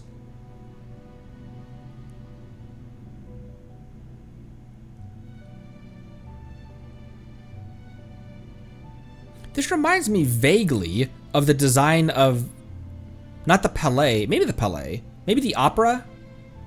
Reminds me vaguely of the design of either the Palais or the Opera. Yeah, nothing like the rest of the stuff we saw up there. Of course, this palace was fashioned from a giant ship. It was designed to be a titanic instrument on which the symphony was to be played. See those pipes extending outward? Though the symphony now lies broken, this was once how it would be broadcast to the four corners of the world. This whole palace is an instrument? The entire thing? Then wouldn't this entire water body start vibrating if we were to play? We might get blasted apart like tofu if we were to get too close. Meow. Meow. What is tofu? Wait, you've never had any, Oz? Might be hard to explain. We could always take you. It's jellified semi-firm soybeans. That's pretty concise, right? That's pretty simple, Paimon. We could always take you to go have some next time. Wait, can cats even eat tofu? The Eternal City, indeed. Remus's will protects this place still, just as I expected. No wonder that brazen, shameless traitor has endured even till this day.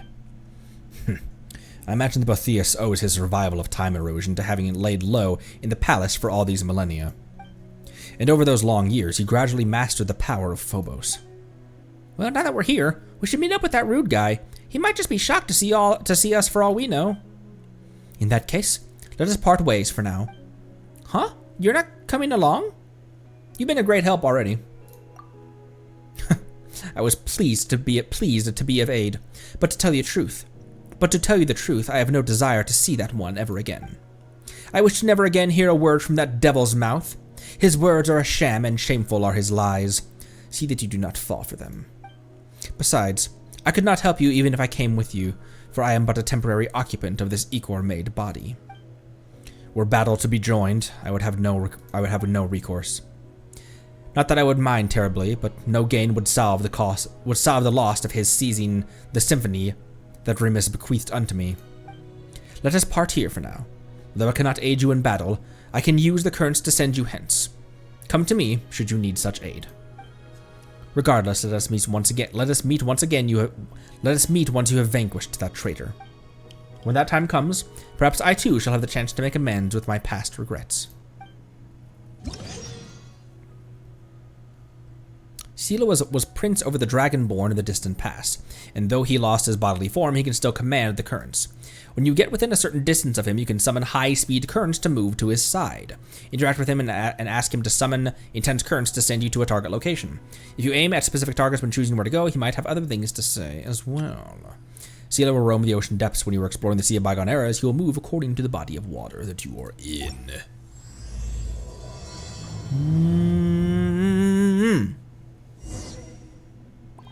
Oh my.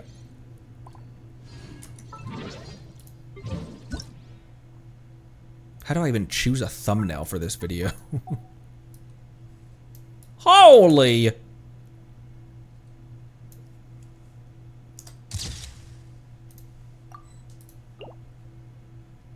I'm gonna wait for Sila to move a little bit more, actually.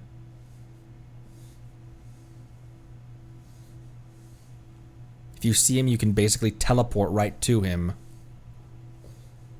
What a cool mechanic.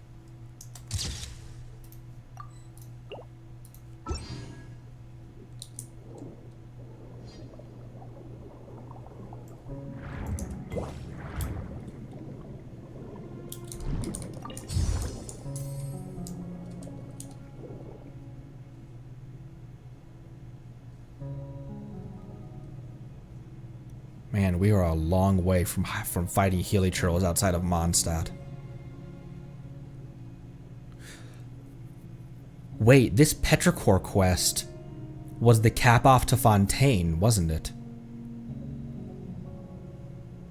This Petrichor quest serves the same purpose as the Paris quest line, the Quarena of Good and Evil quest line did for Sumeru. This was the farewell to Fontaine.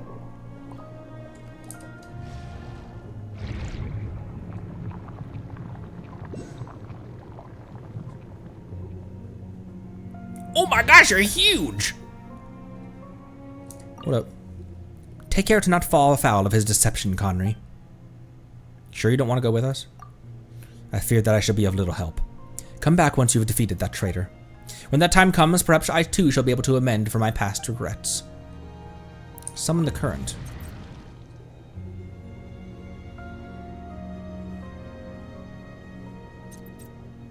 Oh. Use buttons to change direction. Oh!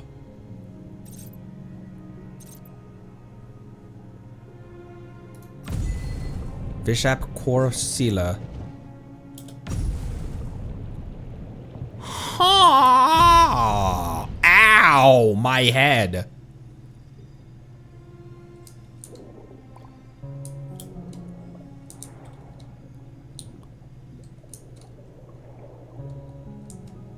Oh my.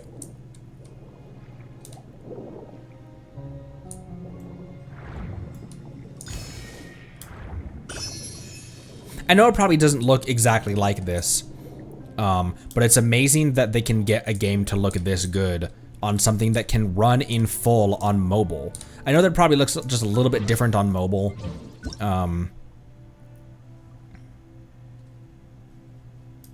But holy cats, dude.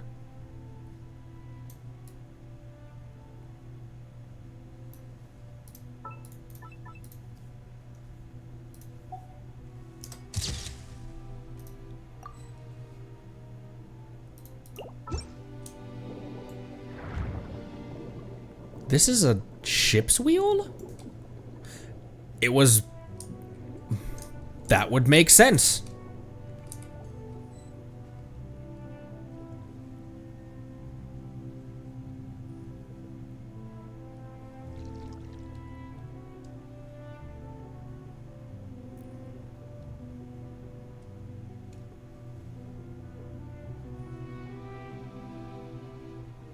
Cassiodor, dear friend. I knew you would come. Ah, and the uninvited barbarians. When it comes down to it, you're not the boss of this place. Boss of this place. Besides, it was us who brought us here. That counts as an invitation as far as Paimon's concerned. Really, you're the discourteous one here. Oh, I thought we were slowly walking. We were just treading water. Exactly, and we've heard all about it, you know. All the bad stuff you've done. Silence, you noisome, obstreperous insects. I am speaking to Cassiodor. Do not interrupt. Conry, Paimon, I'll take care of this. But Theus, I have come as promised. Honor your pledge and relinquish the souls of the surface dwellers. They do not deserve to suffer this unforeseen calamity. The grudges between us should stay between us. You call this unforeseen?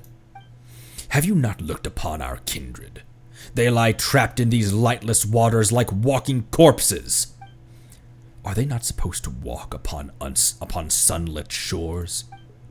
In my brief internment of surface folks' souls is a disaster bereft of rhyme and reason, then what would you call the millennia-long suffering of our kind? Listen and listen well. The judgment of the surface peoples has only just begun. No. The one who imprisoned them was you, and it was you who turned our kin into monsters. We once had a choice. So long as we discarded our old grudges, the Mistress of Waters agreed to accept us into a new nation. But you used them, took advantage of their pain, their trust in you. You turned them into tools of your ambition. That was their choice. They chose the old order, not the honeyed death you brought. And just as they gave unto us the conducting batons of Sebastos bestowed upon them, so too are we duty-bound to lead them unto the correct path. How dare you swagger, you shameless traitor? It was you who betrayed the Sebastos' trust and led our nation to ruin. I hear that vile dragon slander in your words. And you would believe a foe of our nation rather than your kin and comrades? I serve no god, no king, only mighty Remuria and our noble ideals. Remus proved unworthy to reign supreme from the moment he uttered that perverse command. And so, there are no traitors. If anything, it was I who rescued our nation from his error. He colluded with our foes, commanding the vile Drake to flatten our cities.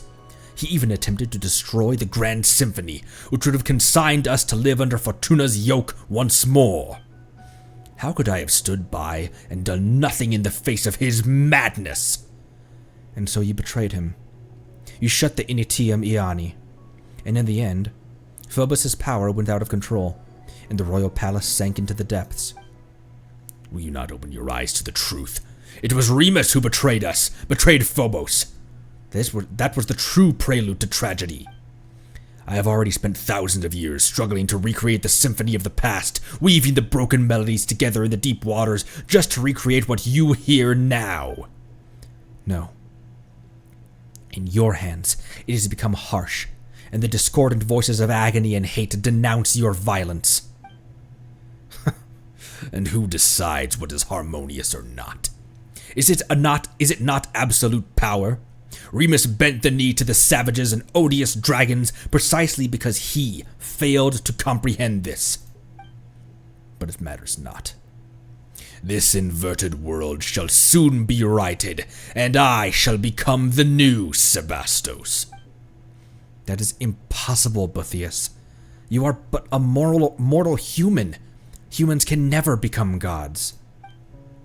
Ah, but Cassiodor, you forget. Was Remus's ideal not for all humans to become gods?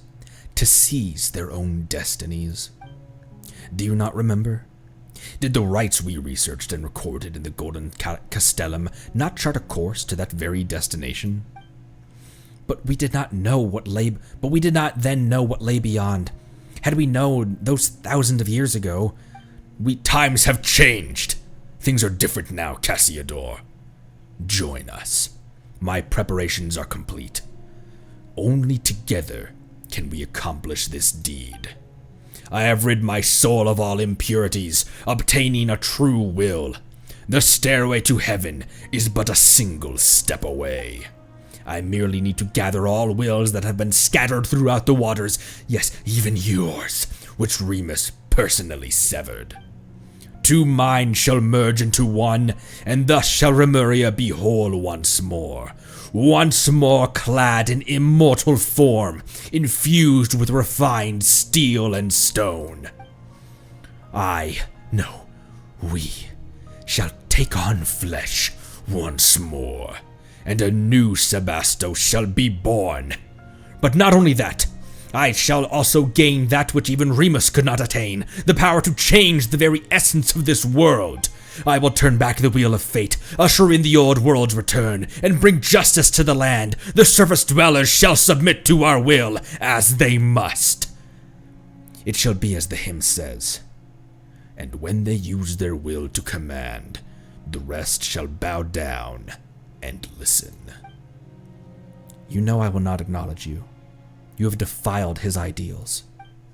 I will uphold my own justice. It matters not. You will understand once you enter Phobos' melody. Then you shall join me. Oh, Ether hopped into the teleport. This this was an arena the whole time. We're in the area from the vision. This is Domus Aria. Have I entered Remus's memory again? No, the atmosphere. It's different from before. Welcome to my palace, Outlander. My symphony. Botheus? Do not be startled. Have we not met aforetime, and once, and more than once? Whether through my phantom in the real world, or the memory palaces Remus left behind. But this is no phantasm of Remus's memory. This is my symphony. My golden stage. I knew it. Wails of sorrow ring off every wall. Is that so, Outlander? I know not from whence you came. It seems you are not human birthed from the primordial waters, nor are you any surface being at all. I cannot see the color of your soul, nor can I touch it. Nonetheless, this is not your war. My vengeance against the surface dwellers is none of your concern. I know not why you hinder our work. For the justice of this world. I mean, the whole reason that we started on this quest was to save the people of Petrichor. Because we were just wandering around here, and all of a sudden, Ether and Paimon were just like, oh, these people are messed up. We need to get to the bottom of that. But for the justice of this world sounds far more heroic. To save the people of Petrichor. For the justice of this world. Justice? You can't actually be serious, can you? You may possess power that even I cannot perceive, but you would be naive, Outlander, to think that brute force alone will defeat me. I have long become one with the symphony that fills these deep seas. Even if you should destroy my physical form, so long as the agonized waters flow, and so long as the memories of vengeance do not fade, my will shall not perish, and I shall remain a nightmare that haunts this world. Unless you choose as Cassiodor, as that stray cat did, exiling oneself to become the jailer of the old world. But I do not believe that one so distinguished as you would do so. Forsake that superfluous symphony of yours. Should the guilty not be punished? Is that not justice? Guilty, you say? They are innocent. No Fontanian is innocent. They are the spawn of our barbarian foes.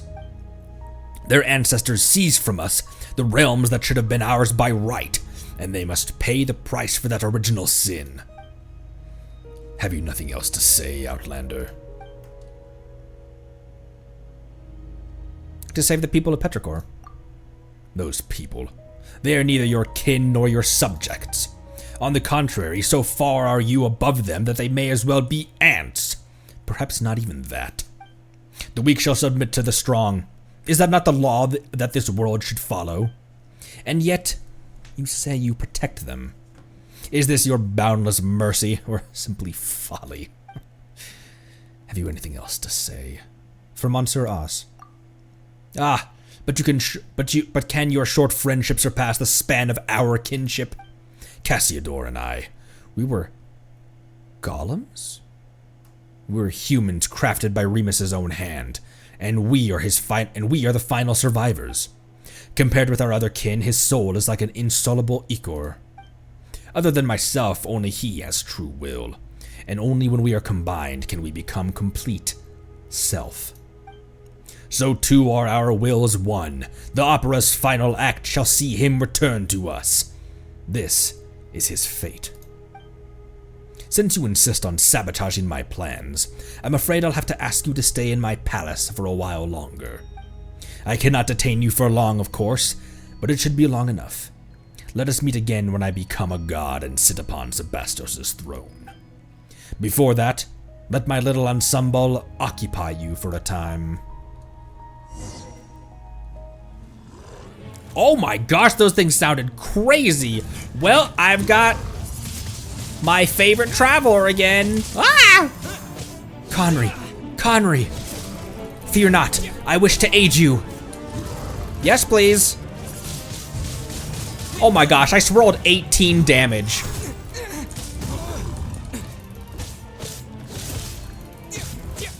That whole helping me?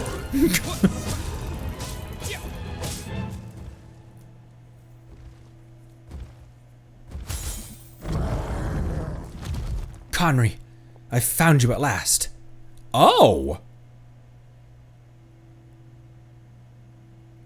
Cassiodor.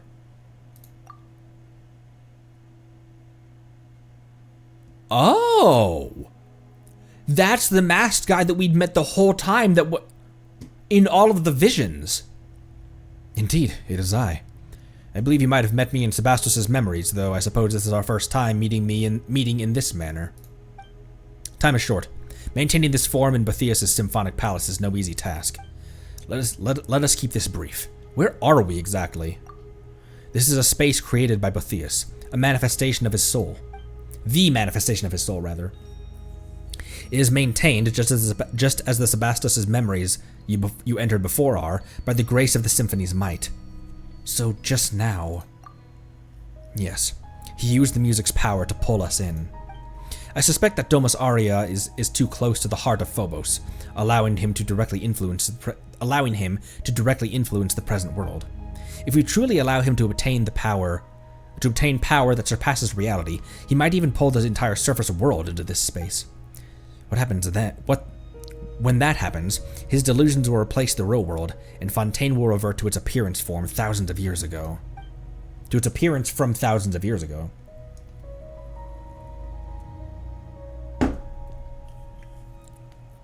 Just like what happened in Petrichor. No. I suspect it would be worse still. Will he really become a god? That depends on your definition. It is not hard to give shape to false fantasies, but he will find transcending fate futile. Were it truly that simple, then those thousands of years ago, we would have already succeeded. All he can do now is drag more innocents into the nightmare of his making, turning them into walking, corpse-like puppets. Then we must stop him. That we do, but that cannot be done here. You must return to the real world. In that, I shall aid you. And what about you? Do not worry. He has no plans for me at this moment. As for me, I've just thought of a way in which we can destroy him utterly. He has prepared a mighty form for himself in the real world, and plans to initiate a ritual within Domus Aurea that will have him take on flesh. As long as we can get him to lower his guard and gather the symphony scattered throughout the deep waters into that body, we can seize that opportunity to destroy both him and that body. That will put an end to everything. Only you can do this, Conry. Phobos' melody does not sing of your destiny, and Botheus cannot influence your soul. You are the exception to all that is planned. Perhaps that is why the Sebastos guided you here. Go now. My strength will not hold for long. Let us meet again in the real world, and may we yet bring an end to this long nightmare.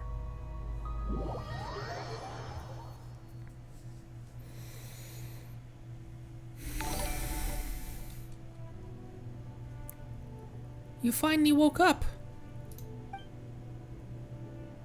Paimon was worried sick. Also, can I just say, between the camera angles and the lines that they gave Botheus, that was one of the most fun voice acting segments that I've had in a while. That was a blast to read all of that in that voice, in my supervillain voice. Oh my gosh, that was fun. I don't know if it was fun for you. It was fun for me. And also, Halcyon, thank you for the 8 months. Thank you so much. Appreciate you. Everyone nut and cabbage in chat for Halcyon. I appreciate when you guys throw emojis in the chat for people who sub. It's so kind. It's so selfless. Thank you. I'm fine, Paimon. The reason I'd say it's selfless, by the way, for anyone who's new, there is almost nothing there in terms of like subscriber benefits and that kind of stuff. There's very few subscriber emojis. There's like no subscriber benefits. And what everyone has said in the past is that they just do it to support me, which is very humbling. So thank you very much. I appreciate you. I'm fine, Paimon. You better be. After you butterbeans, you better be. After you passed out, Botheus and Monsieur Os disappeared along with that wave of sound, leaving Paimon all alone here. And then this big guy came along. Not that he helped much either. I fear that was not up to me. I am but a soul that dwells within the Ichor, and though that Remus did give me his final symphony, but to wield its power against Botheus is a different matter. Anyway, Conry's woken up and seems to be okay, but where'd Monsieur Os go? Did Botheus... I saw him. Tell of what happened within Bathias' soul palace. Huh. So Monsieur As is in there alone? He seems to have his own plan, don't worry. Regardless, should he prove correct, then we still have a chance to defeat that shameless devil. But first, you must enter Domus Aurea. Well then, big guy. What are you looking at me for? Didn't you once lead a host of dragons to attack Remuria's capital? Getting us into Domus Aurea should be a piece of cake. You may have many ideas for one so small, little one. Still, this shall not prove as simple as you think. The chief strength of Dragonborn lies in our powerful flesh. Embedded into Ichor as I am, all that remains of me is but the feeblest of wills. Destroying the Initium Iani exhausted nigh all my power, and Domus Aurea, defended by the Symphony's power, cannot be compared to gates of mere stone. Wait, then aren't we fresh out of options? Are we really just gonna watch while that Bathias guy eats Monsieur As up? Yes, that's exactly what we're gonna do. Quest over. The end. On to Natla. Peace, you rash little thing. I merely said that I was powerless, but it is not so for you. The power of the Symphony defends the palace. The same strength can be used to break it. But the Symphony that I can wield is... Yeah, that super powerful Phobos thing is protecting the palace, right? How can we possibly defeat it? If you cannot beat it, then simply borrow what you need from it. Once upon a time, the will of Phobos flowed through golden aqueducts into every corner of Remuria. Though these paths and pipes have been destroyed, you can connect the section that lies before you once more. The great gates of Domus Aurea shall surely open, just as they once did. That is what is written in the Symphony, after all. Sounds like worth a shot. I too made some discoveries while searching for anything Remus might have left behind. It appears that this devil has yet to join some fragments of the Symphony to his music, and they are scattered in this part of the sea. Come with me. If we can find them to use their strength, we might yet reverse the flow of time and return the aqueducts to their original form. Oh, that does sound kind of promising. Let's get a move on. Up and away!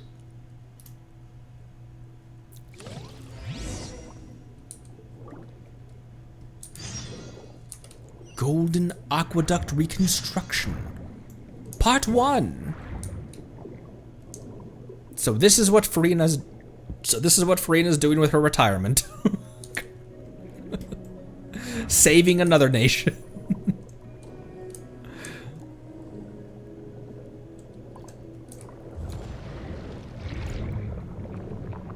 I don't know why I didn't do that sooner.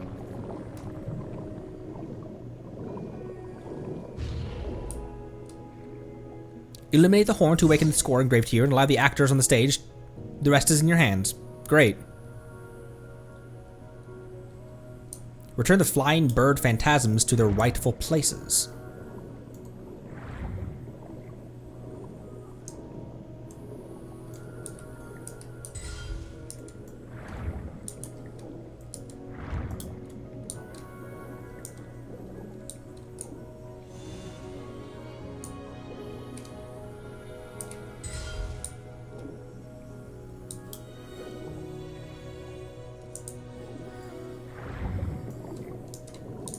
Oh hey, they're all lined up almost. Oh, there's one more up here.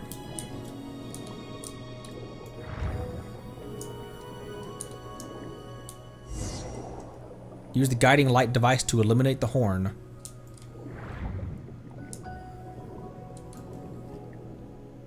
Wow, this is pretty. The lighting in here is amazing.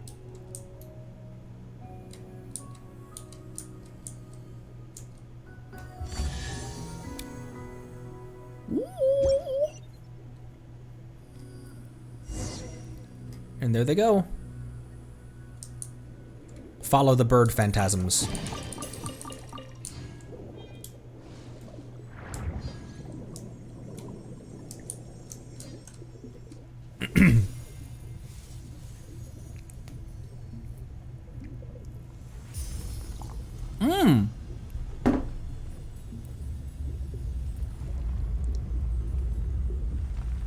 Clutch. Just repairing an aquabus line. NBD. Navia's like, I've got a job for you when you're done with all of this.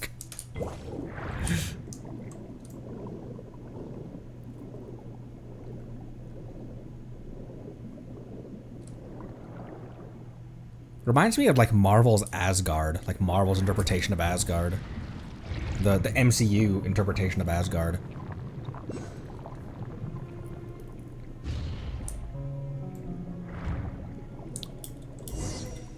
Okay, follow the golden bee.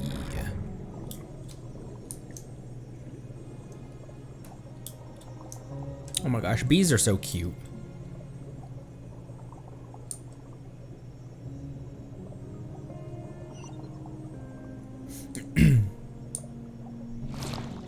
Oh. Yep. Crab. Two crabs. Dual wielding crabs. Harmony's shadow. I see a horn. Wait up, bee.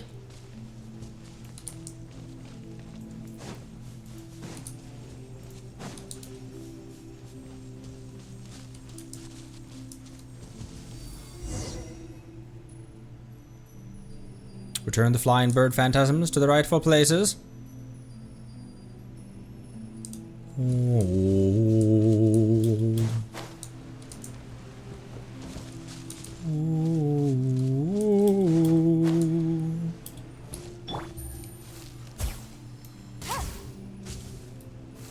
Welp. Welp. Welp. Welp.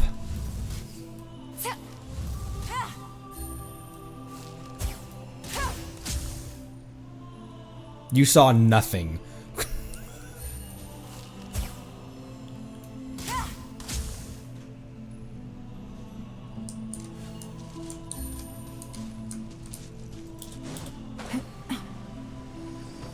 Hey, an Ark. There you go!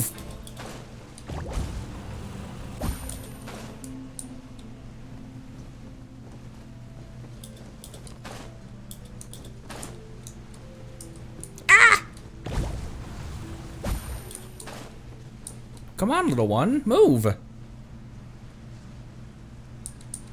Move your nuggets.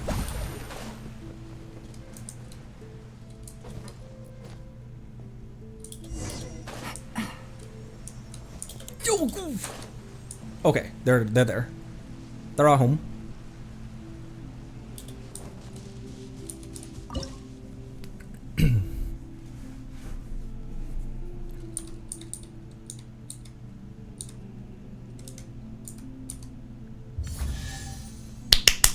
Woohoo! Wahoo wahoo! Oh, there's a tombstone here. A chest full of valuables and a trove of potential clues. Harmost's Notes 2. Aurelius once divided all phenomena into 4 categories: substance, property, quality, and relation. Quality is the keystone, which is what is often called the quadrant of qualities: memories, wishes, soul, and persona. The so-called piercing of the ego, or to play one's own music, is to pierce substance and quality, thus completely controlling one's own will, such that the musica humana may be as the musica mundana.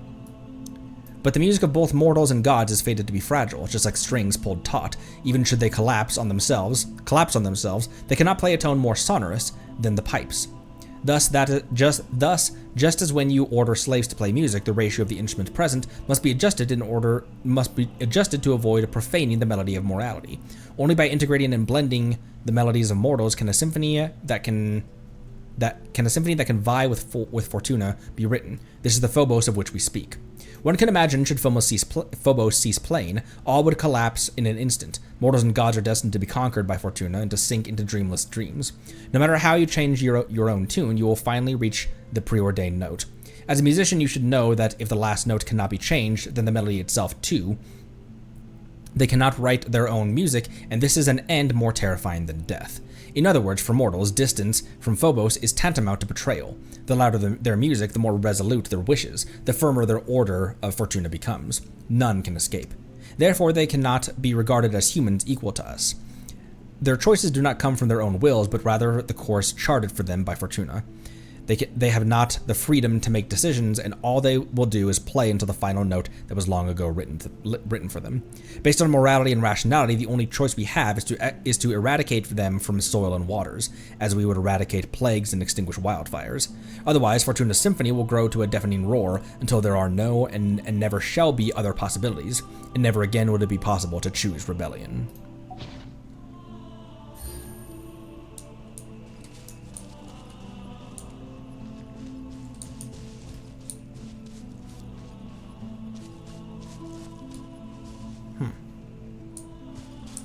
Follow the phantasms.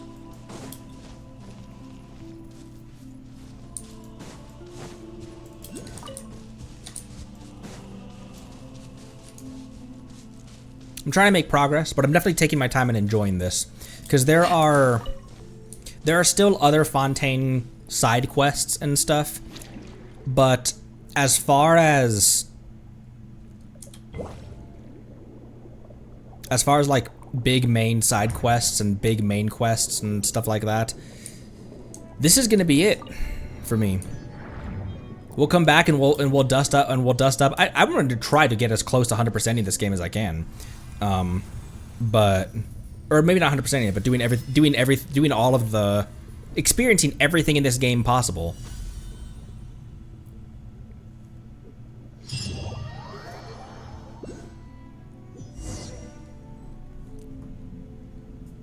Alrighty, looks like the waterways are reconnected. Next, we should go back and look for that big lunk, eh? Paimon wonders how Marzo Oz is doing. We gotta hurry up. What's going on? Is it happening again? Uh-oh. I had a dream, and that dream, even mortals of free will and their fates were uncertain. Truly difficult to write beautiful music, time to wake up from the dream. Remus, I must remind you that in my view, both your kingdom and the symphony you composed are now beyond your control. Though I have never experienced much from those created by the usurper of many waters and nurtured by yourself, the extent of their degradation is shocking nonetheless. That's interesting. The usurper of many waters and the mistress of many waters are the same person by different names. Usurper implies a pejorative, and mistress implies respect. So Egeria was clearly the winner of the Archon War. Winner. The civilization created by you and your subjects shone brighter than all others in this world, but not remains now, but deep impenetrable darkness. I'm reading that right, correct? Usurper of many waters, as in the usurper that won the power of the Hydro Archon. Of the Hydro Archon. The power of Hydro. The atrocities committed in the name of civilization and order were far crueler than even pure barbarianism. Even the most savage and violent of Vishaps would never engage in such meaningless slaughter. I am perfectly aware of all that you say. You know, and yet you remained indifferent? Or perhaps you are powerless? No. You could easily destroy those mortals who deserve punishment if you so wished, but you cannot bring yourself to do it. You love humanity. This is the curse you bear as a usurper. It is time for me to depart. I will not aid them in butchering innocent mortals, but neither do I harbor any desire to stop them. You once promised the usurper of many waters that you would use the pure water she granted you to create a world of endless prosperity, one without conflict. Farina is the Regina of many waters, Regina or Regina of many waters. That's true. What does that mean? What is Regina or Regina? What does that mean in like what is the translation of that, or what does that name or title mean? I followed you to the surface precisely because I wished to witness that future, but this is how it turned out. You have failed, Remus. You could not defeat fate. Fortuna. Oh, queen. Okay. Female regent? That makes sense. Queen, huh? As she is. Blood shall stain the high sea red once more. Such is the cruelty the heavens show to their creations. I'm gonna plan, Arthur. Oh? You always were one to have many plans, Remus, but all of them lie in dust now. Even you do not know where it all went wrong. Would you like to hear it, though? This will be the last one. Oh my gosh, it is Dutch. I distinctly recall you saying the same thing when you persuaded me to leave the Fontemer? as infantum or aberrants, which are the crabs. Oh my gosh, it all comes back to the crabs! But speak now, before I return there, to the side of the usurper of many waters. Fascinating. Fascinating. Only you could be so toweringly selfish, yet so utterly selfless. You even took me into account, didn't you? Recklessness. How terribly rash of you, usurper lord of mortals. Still, your plot pleases me. The mere thought of leading my Vishaps and trampling your arrogant, foolish people underfoot brings me joy. But this shall be mere ceremony, just a show. Fret not. I shall be, as you said, merciful. But if you do this, your life as a god shall come to an end. There will be nothing left but the symphony. Have you considered this fully? Of course. The box of horrors that I opened, so too shall I shut. Kratos could never. Good, then I accept your proposal. If the time should come, I shall join my strength to that of your symphony. Phobos' chain shall be broken, and your people shall be free once more. In that case, please accept my final symphony. City built by the harp was toppled by the piping of reeds. That which the heavens had in store for us is a fate that balances good and evil. Did you see Remus's memories again, Conry? It wasn't another one of Mr. Evil and Rude's this time, was it? Even in dreams, that jerk's just super irritating. I think I know what Remus's plan was. We must destroy Phobos. To accomplish it, we will need to play Sela's symphony. What? What's with that all of a sudden? What did you see in the memory? Fascinating. Remus's power lingers still in the deep waters and has not dispersed. And I, too, am here at last. Do you know what that means? The conditions have been fulfilled. Indeed. That is why I have come here with you, to make amends for millennia of regret. Now the final question is Phobos. Wait, oh my gosh! Did she stamp her leg the same animation but do it slowly because she's in water? And the water resistance made her do that slowly. Also, she's floating more slowly as well. How did I never notice that? Wait, Paimon's confused. What are we... Thunder? Might be thunder outside. Paimon's confused. What are we using the music for? It's nice that you understand each other and all, but you're leaving Paimon out. That's unfair. Tell her what's going on. The final symphony Remus gave me, the requiem, is an order for the Phobos to self-destruct. He was to sacrifice himself to unleash the symphony's power, and it would fall to me to control the primordial savage energies that he would awaken. That was how he would free his subjects from their stone bodies and give them back forms of flesh and blood, destroying the artificial barrier between races. He once instructed me not to reveal this plan to any of his subjects, for it was only by making them realize their limitations that prejudice and arrogance could be set aside. It appears, however, that you have pieced together his plan through the memories he left behind, Conry. So that's what happened, but his sacrifice was wasted in the end. Perhaps, but now that my soul has been freed, there is a chance to make amends. The lost souls of Remus's former subjects remain imprisoned in their statues.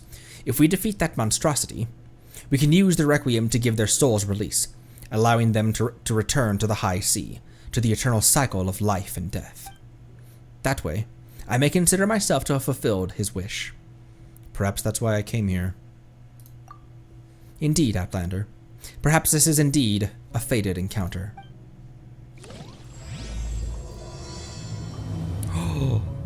Finale. Requiem. Are we already at the finale? There's got to still be another half of this quest, right? We're only at 2.5 hours. Regardless, I need to use the restroom real quick. I'll be right back in just a sec. Ow.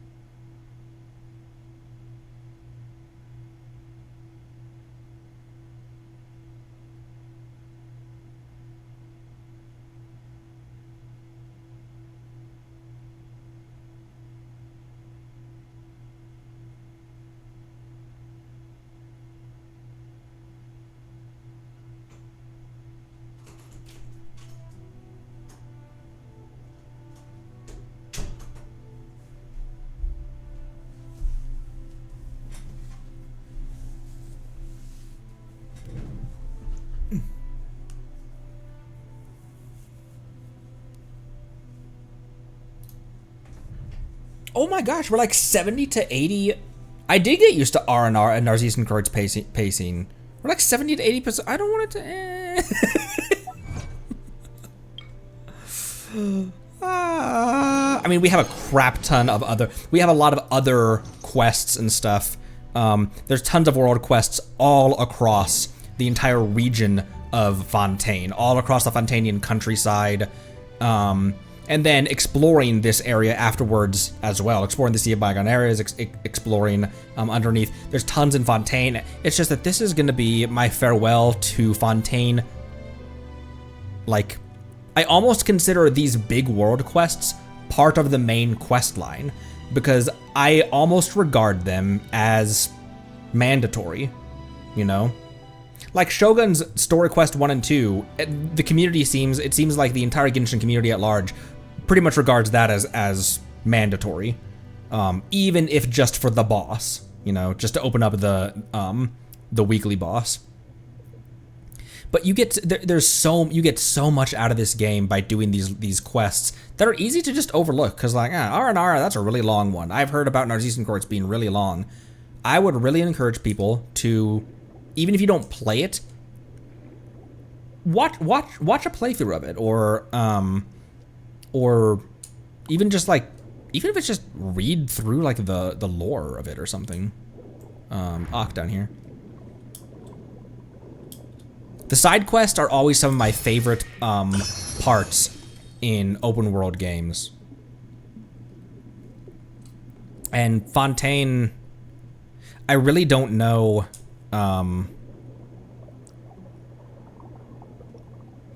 It's like choosing your favorite kid. I can't choose between Fontaine and Sumeru as to my favorite nation. I like both of them so much for different reasons, you know?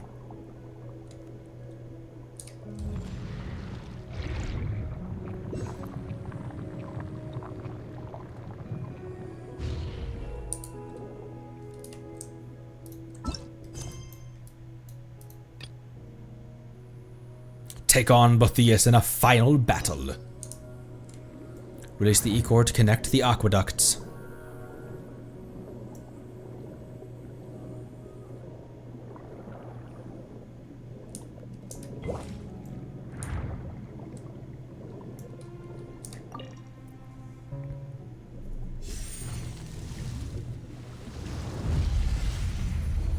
Ooh, oh my gosh, that's pretty. Holy.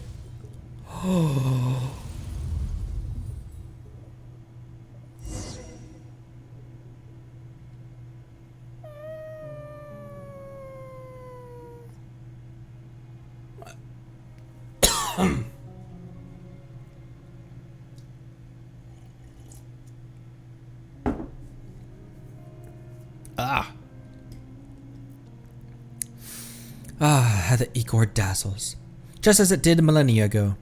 This must mean that the time has come. The gates of Domus Aurea shall swing open wide, just as they did when the golden waterways rang with song, in the days when the melody of the fellow would flow from this place to all lands beyond. I can hear it already. That beautiful music. Let us play it together, Conry and Paimon. Then you shall gain access to Domus Aurea.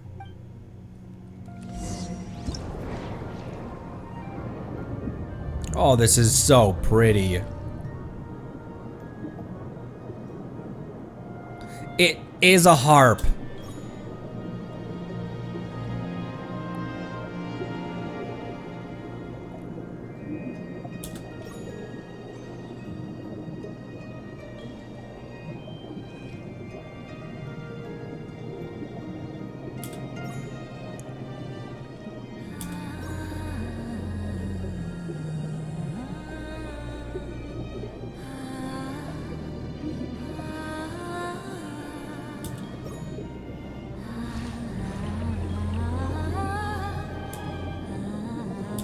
Oops.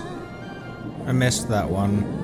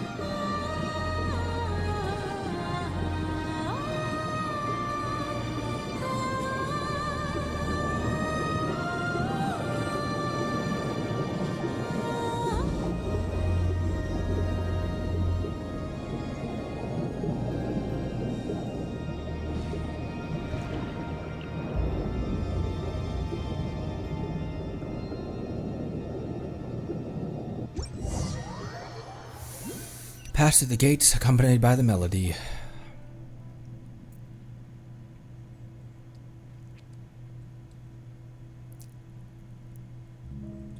Oh, I don't want Fontaine to end. Guess we're in. That was tough. That said, this looks more like the guts of some giant machine than it does a palace. This place is very familiar. Is this the place you saw in Remus's memories? So that's why Mr. Super rude bad guy also wants to... things are gonna get ugly if he succeeds.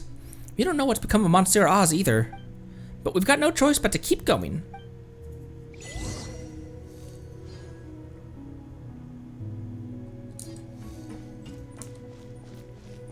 Man, the lighting in this, Fontaine brought about, some very, very pleasing lighting. It was really good in Sumeru already. What the? It's our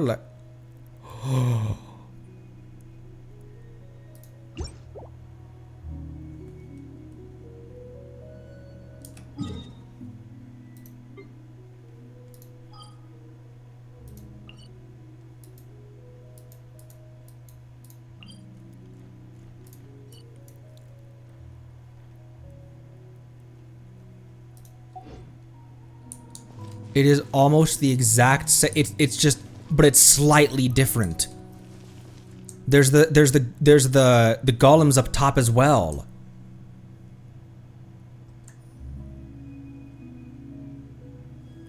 But it's a high ceiling. There's not a window in the back.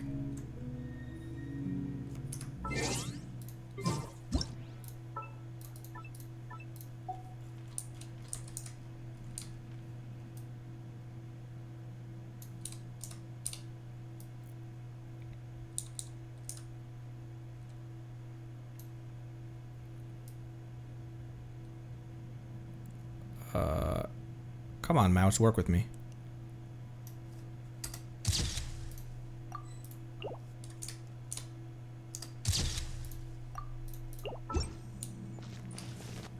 I knew if I took 2 more steps, then I wouldn't.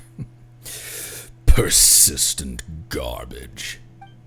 Did you repair the broken aqueducts to celebrate my birth as a god of ancient days? I must warn you, my new world requires no such things, nor will I require ships. For all shall find eternal happiness within my symphony. We're about to add some end bar lines to your score. Oh, music nerd joke.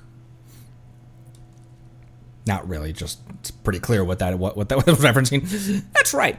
Best you admit defeat now and release everyone's souls, and also hand over Monsieur Oz. Cassiodor has already agreed to join this grand ritual. He has returned to Remuria's embrace. All wills belonging to Remuria shall merge into one body. Where now is your friendship? Was it not merely your own presumptiveness and inflated sense of importance?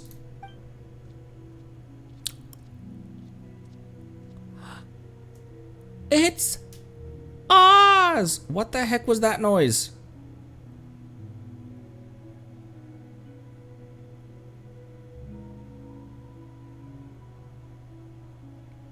Oh my gosh, I'm so sorry, guys. Hang on, just 1 second.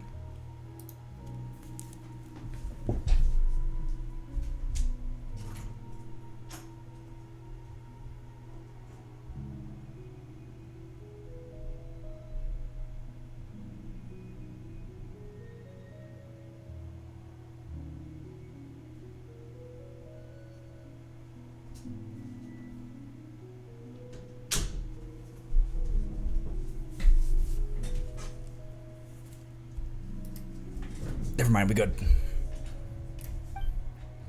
Monsieur Oz? Just trust me. Whoa!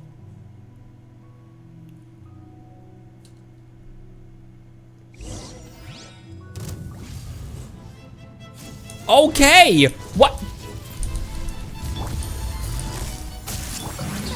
Where I guess we're doing it! Ah! I want Farina. I want healing Farina.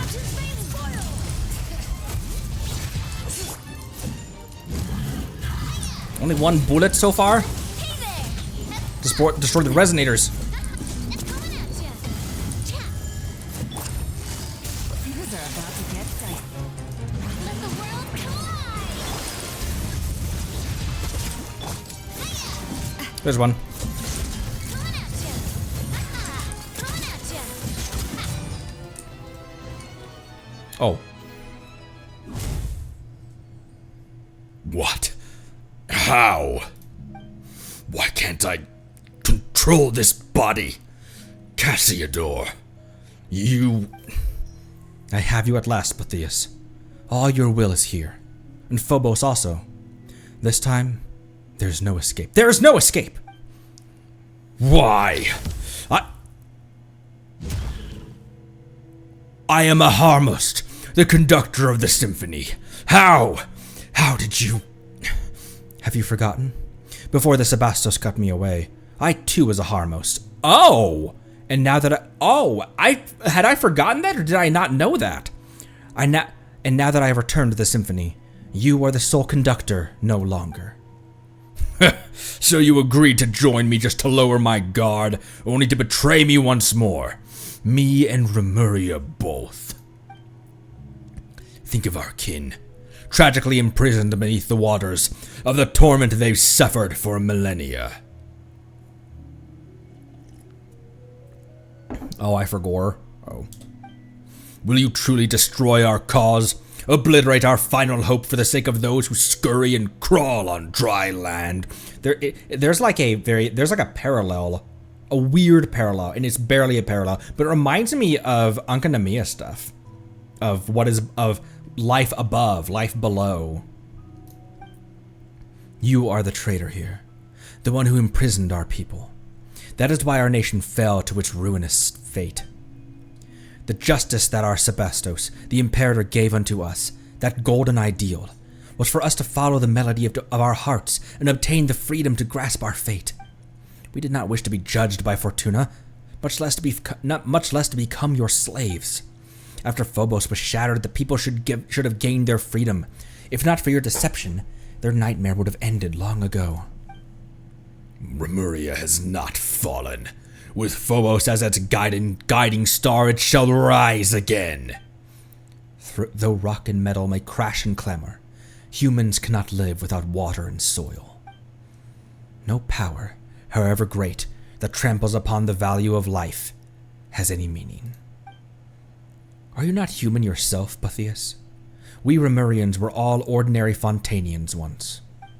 Though we forsook our flesh, racked with pain and weakness, we gained immortal forms.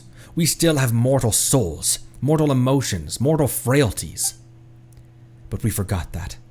We forgot where we came from, believed ourselves superior to other humans. That is why Remuria fell. Do you remember my words, Conry?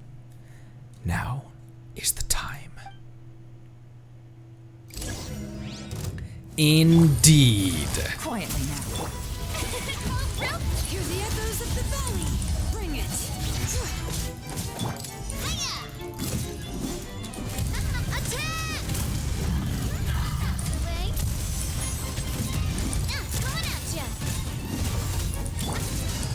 Here comes the catch.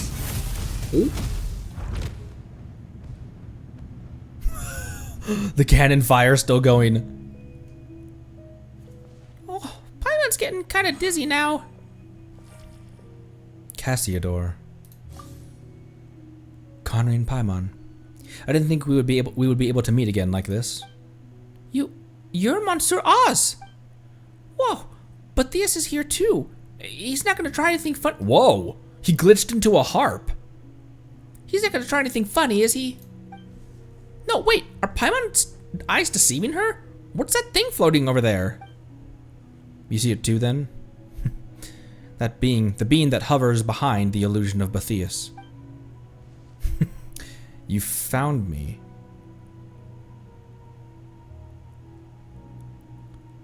You found me, I see. No illusion it is that you see. You gaze upon Pythias, in truth, for I am, in truth, Pythias. Of course, I am not only him, but you, also. I am every melody, every movement, every thought. I am the sum of all souls. I am Phobos. This does not include your children from beyond, however. You are not part of us. Phobos. So the great symphony that governs all has a persona.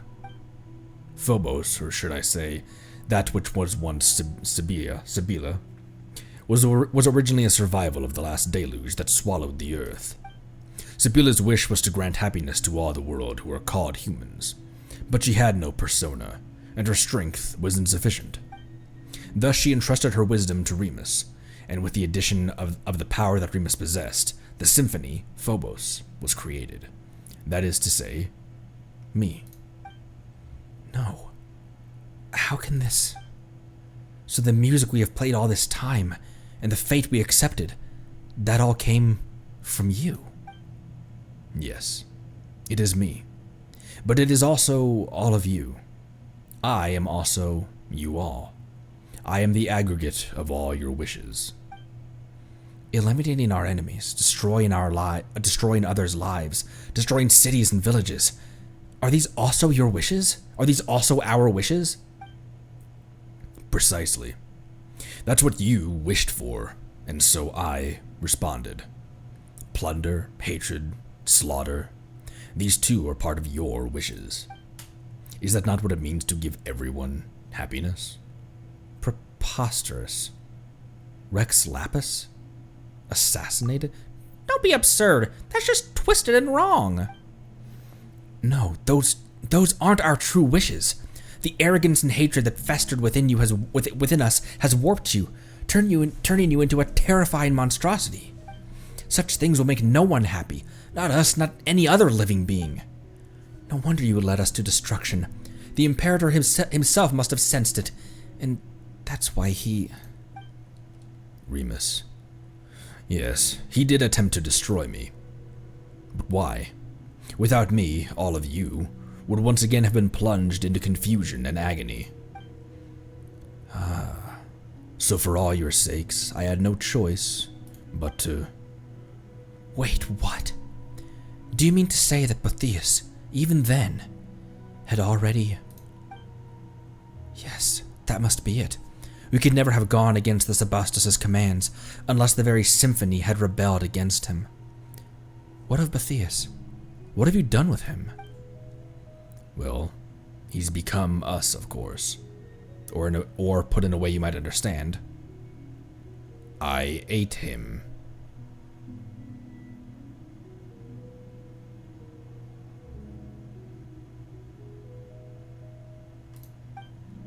Ate him? Oh no, that's Paimon's only reaction. But that was also his wish. One only I could fulfill. I'm sure that it made him most happy indeed. So that's why Botheus became your puppet, and why he did all he could to engineer your return. It's all for the happiness of you. For everyone. No. It's time we put an end to all this. I have trapped you in this body. There's no way out. I shall destroy you utterly. Is your wish to disappear together with me? Would that make you happy? But I can't fulfill that wish. I am Remurian no longer, and I cannot become Fontanian.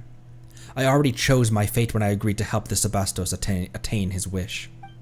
So yes, this is my wish, the reason for which I have wandered this world. I will end this millennia-old nightmare. Now, Conry, Phobos and I, destroy us both. But I am filled with joy, Conry, for I have just learned of the Sebastos' hopes and plans and hopes. The Imperator aimed to free everyone from the symphony, from hatred and strife, through his sacrifice. Even to the last, he desired to save his people. Now, I shall fulfill the wish he could not see through. This is our final chance, and only you can help us seize it. That is why the Imperator, why fate brought you here, my friend.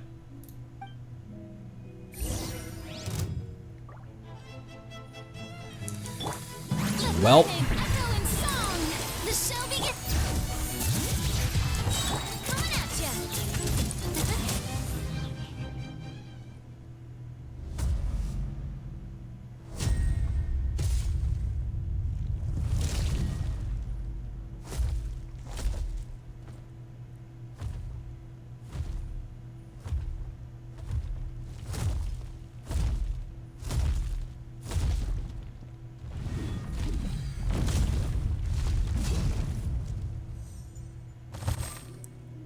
Ooh, damn. Monsieur Oz, is that you? It's finally over. It seems that I shall soon fade.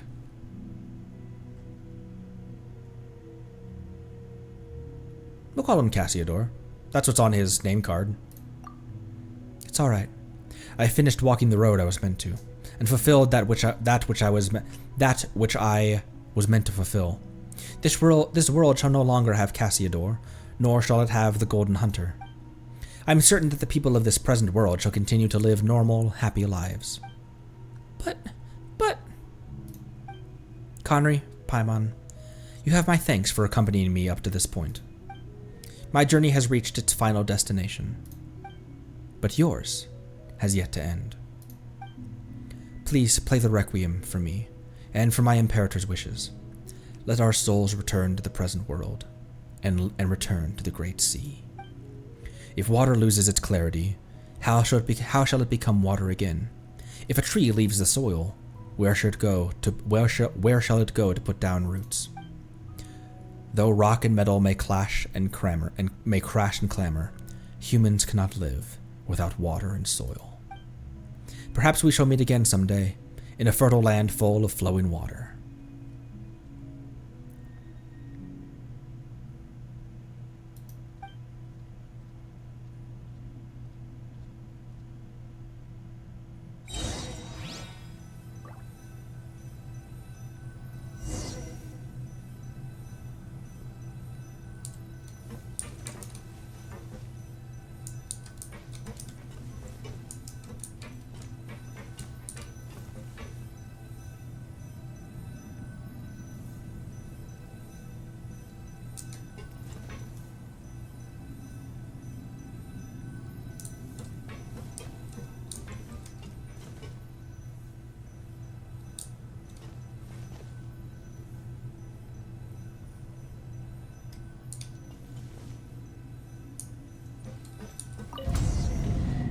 We can't call him Monsieur Oz anymore.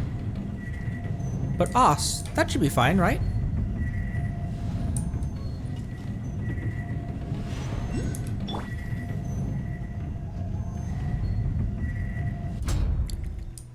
Oh my... Hey, Enoch.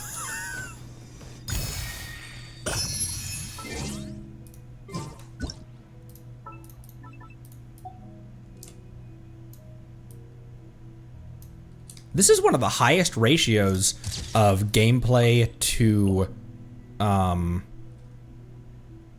thumbnail that I've had. Actually, the first one was good.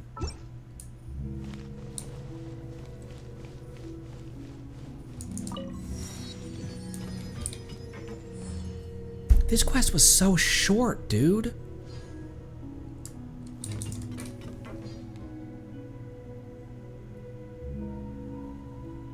I don't want Fontaine's main quests to be over. Again, this is an Archon quest, but I consider this one of the main quests. Similar to Aranara, I consider a main quest of, I consider Aranara to be like one of Sumeru's main quests, because it's so important. You get so much out of it. It builds the world of Sumeru.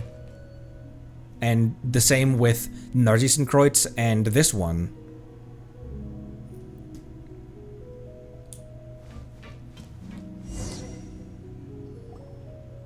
I know we still have a lot of quests, like Research Institute and stuff like that, but Petrichor was a big one, and it was the last one that we got. It was the last one of Fontaine. This was the last big quest that was released before 5.0.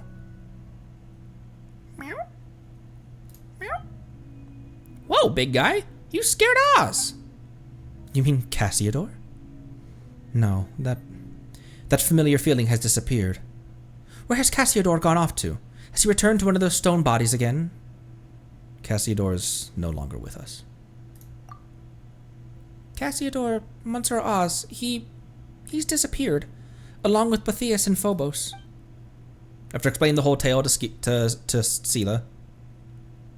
That's right. Now all that's left of Oz. Meow. Now all that's left is Oz. Good going, Oz. Guess you were just surprised by this big guy's appearance, huh? Who's a brave kitty? That's right, you are. So you vanquished that evil apparition, and Cassiodor was able to fulfill his own wishes. I am certain that his soul has returned to the deep waters and is now reunited with his own kin. So long as we complete Remus's final symphony, we shall be able to send their souls back to the present, back to the high sea. Life flows like water. They will join the current, and one day they will surely be reborn as mortals. Well then, let us begin. Perform this final movement, this final requiem.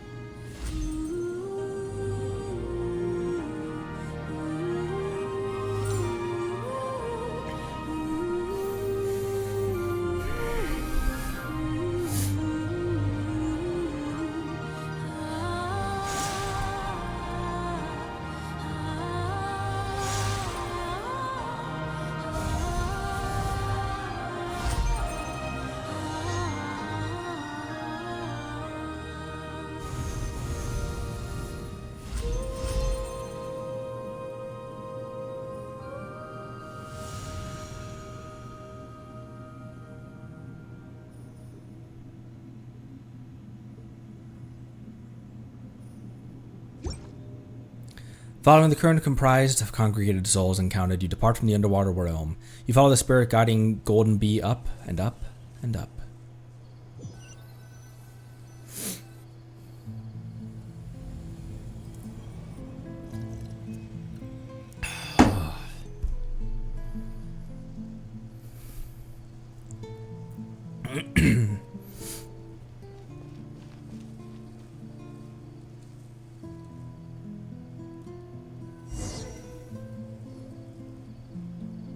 After everything is over, you return to where it all began, the town of Petrichor. Oh my gosh, did I miss all of these? Fate is like a spinning loom that never ceases. After being watered by tears, new flowers will bloom forth from the ground. The guilty humans rise from the sea of suffering and return to the womb. O heavens, please grant them peace. The ocean where tears converge shall never dry, but shall rise to the sky and fall as rain. Please tell me that all our labors have not been in vain. Rest now in peace after all is ended.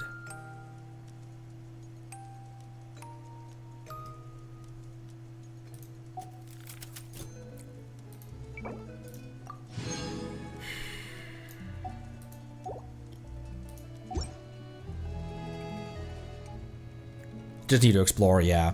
It's it's the rest of the Sea of Bygone areas, I imagine. And then probably some other stuff that I didn't catch underneath Petrichor, like in the ruins down there, or where Arle's boss is.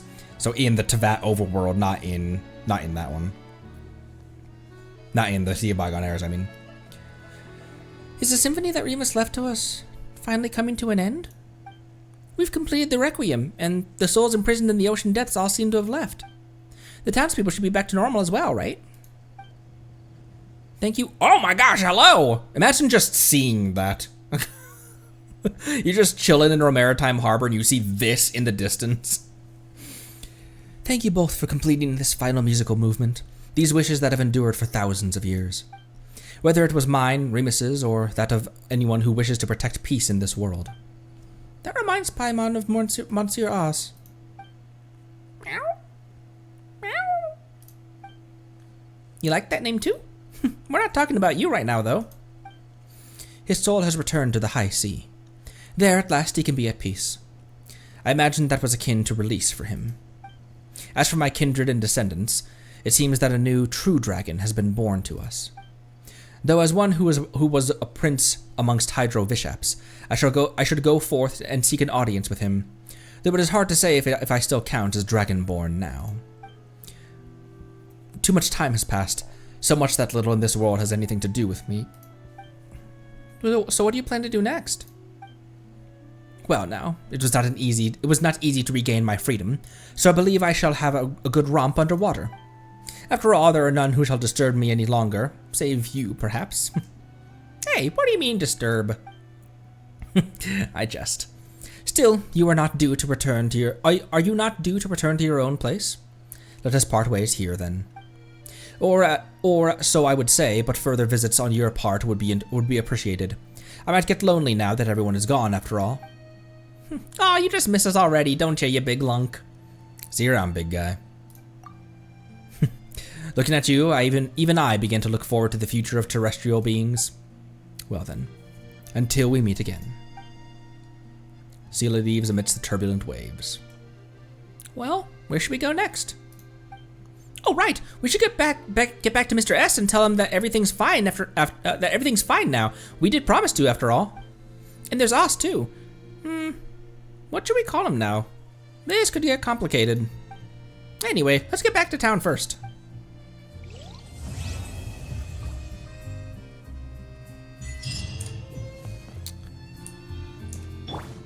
Oh boy.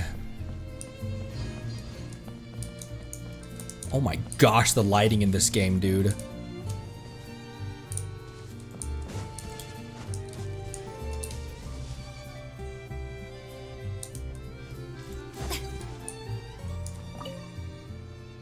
With new routes and shall come new opportunities. I'm gonna push for this for sure. Oh, it's just this guy. Assistant to the Doge.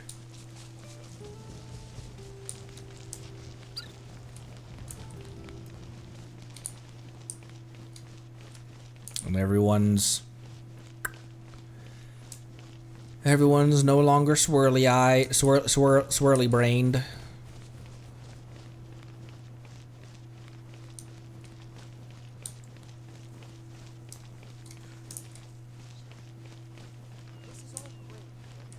Where'd he go?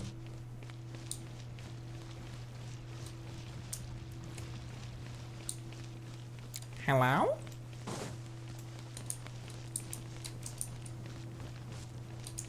Bro, where's he at?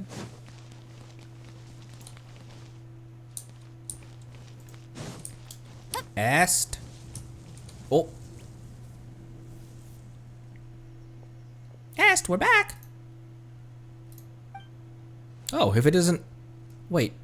No. Who are you? Huh? You can't have forgotten us already. We're Conry and Paimon. Conry and Paimon?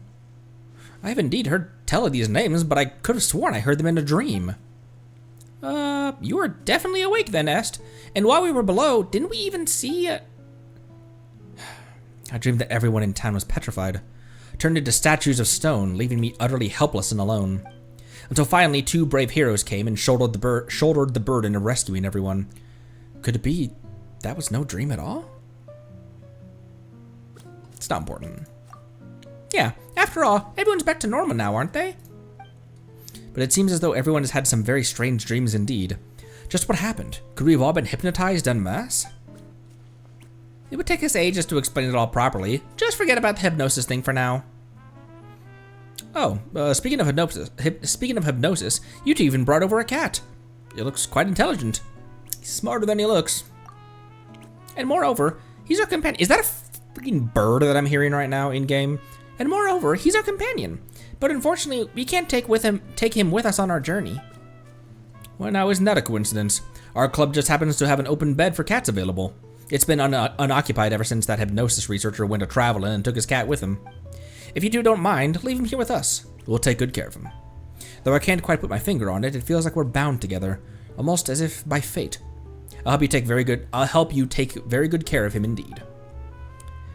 The cattery is on the other side of the building. Just walk over to it and you'll see it.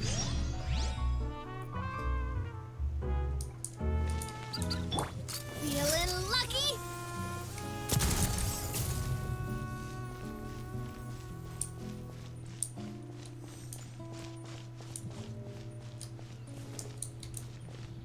Where did he say it was? On the other side of the building?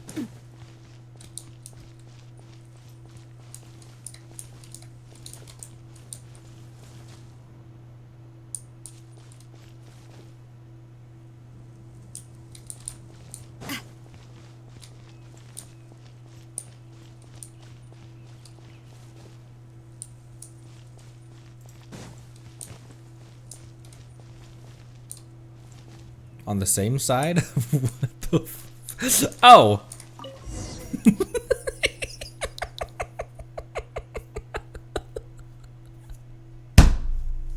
Hey, this will be your home from now, Oz! Meow. Meow. Still feels a bit weird. This squirrel making cat noises. Cassidor should have already left here, right? So who is Oz now? Is the original cat that hadn't been indwelt by Cassidor? Or is it the Monsieur Os that shared all those adventures with us? Paimon's brain's cramping up. Paimon, you're really not suited to thinking about stuff like this. Os is Os. Math is math. Though Paimon still doesn't get it, it does make a certain kind of sense. Anyway, we found a new home for Os now too. If we've got time, maybe we can come play with him.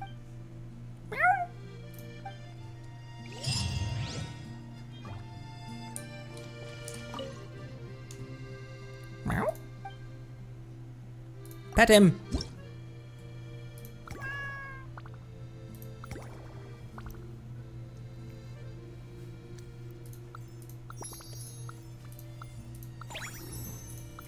Ah! Can't you pet cats in your teapot? I'm pretty sure my wife already has the teapot, the cat thing.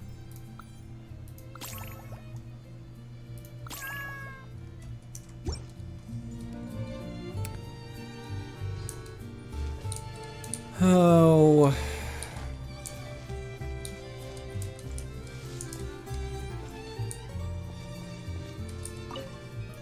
We meet again. To be honest, seeing you here once more makes me wonder if I'm still in a dream. What have you been busy with? Is Oz doing well? Most definitely. Despite his tender age, he's a brave little kitty. Shockingly bold, even. He's utterly unafraid of strangers. I'm sure he'd get along with everyone in town smashingly. Smashing! What have you been doing? What have you been busy with lately? Since that incident, I've discovered that hypnosis is indeed a most promising research direction. Just think about it. In a dream, all your fantasies could easily come true, could they not? As such, I've read the notes Grispan left behind. I'm not sure I'll do better than him, but at least I can add it to the field. He should be impressed when he returns. Yes, definitely research into...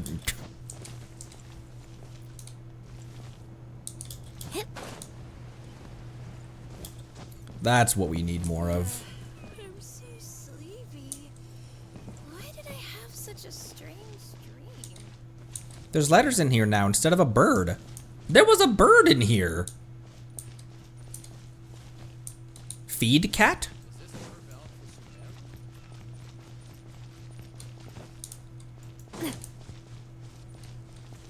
Feed!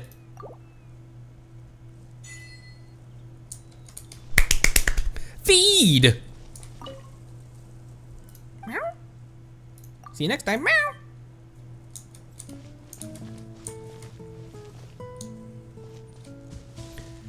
Oh.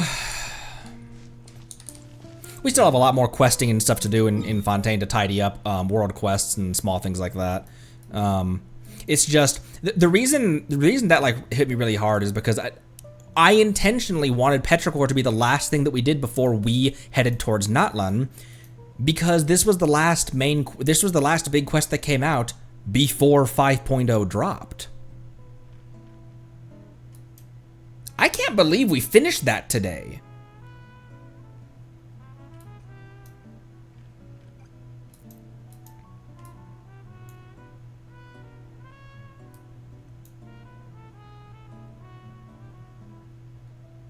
We might not land tomorrow.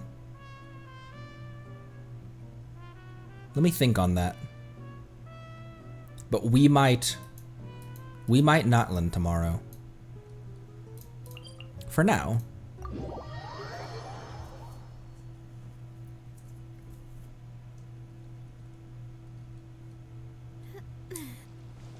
Which trailers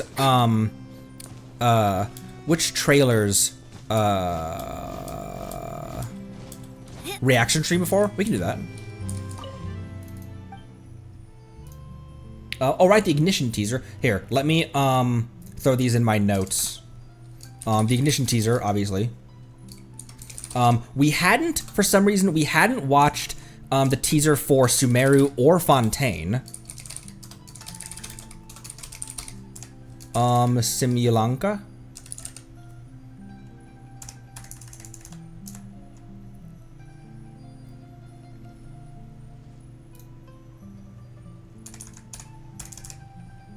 There's Talking Stick Claymore. Simulanka is a very important but long one. Repetition.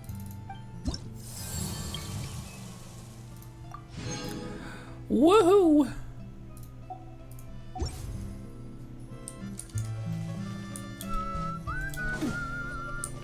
I'm sorry, Sir Arthur, but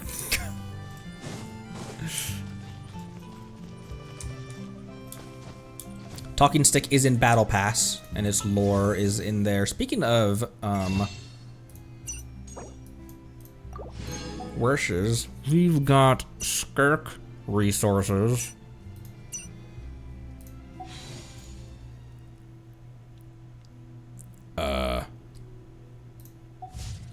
What am I doing?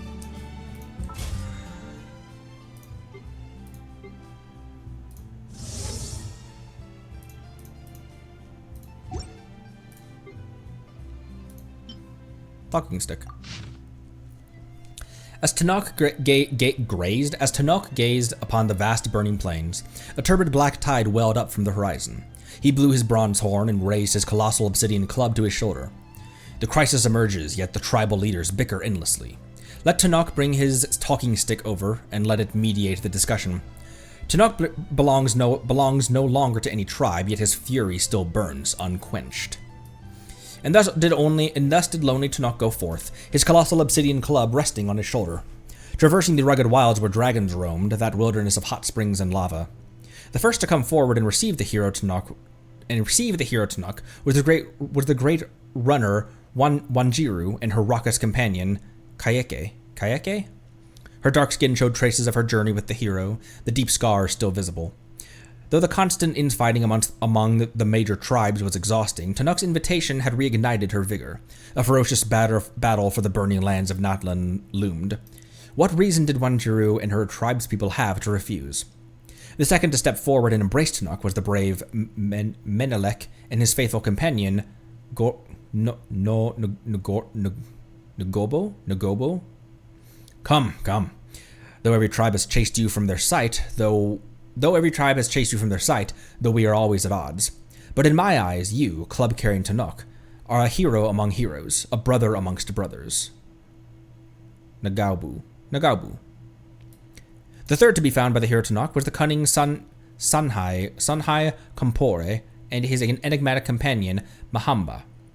Sanhaj had been persuaded by the talking stick before, and the hero agreed to give him the spoils before he agreed to join the Fellowship of Warriors. Compora had foreseen this in Tunnock's heroic end, and how the place that would become known as the Marajavari in later days would be born. But nay, it matters little, it matters not. Perhaps there may come a day when the scoundrel made famous for being clever as a viper shall become a hero. The fourth willingly volunteered to join the hero Tunnock. This was young Burkina and his reckless companion, Kongamato. Burkina had never experienced the hardships of battle with Tunnock, but the imposing obsidian club guided him towards his perilous journey. War had left countless scars upon Tunnock's body, but for Burkina, these were the proof of the path that he too must tread. Revolution should be the fate of the young, to bleed for burning justice rather than rotting on a comfortable bed of grass. The filth to be persuaded by the hero Tunnock was Sundiata, chief of the mines, and his steady companion Muhuru. For the stability of all the tribes and to avoid further conflict, I once petitioned the Pyro Archon to vote for your expulsion. But even today, you have yet to give up on your bloody battle. It just as well then that this might be the final battle of our generation. If you are so determined to go, then I have no reason to accompany you, but do not involve my tribe. The sixth to go with Hero Tunnock was his greatest foe in his youth, the giant Teapot. No mount could possibly support his massive body. When Tunnock carried his huge club on Tupac's dwelling to speak with him, he found himself counting the multitude of scars left over on his body by challengers. Over 300 scars, 20 broken bones, and over 100 shards of obsidian buried deep within my flesh, like tiny jewels. 200 minor wounds, 2 broken ribs, and 1 eye that would never again perceive distance. The trophies you left me are equally generous. The two former enemies burst into riotous laughter, and they joined hands. And thus Tunnock found allies from each of the 6 major tribes. Glittering like the flames of roaring wildfire, they crashed into the mountains of darkness. So are those names and all of this going to be important in Notland, it seems like, right? Because I didn't have a clue what I just read. My time with the Spina Okay, cool. Carrying an Now, weapon. in addition to that, which artifact set was it? Nymph's Dream?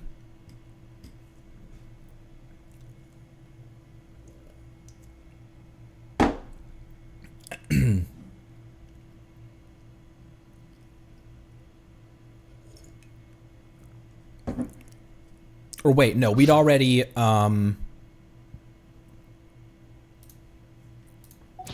someone, I think it might have been you, Monday, mentioned an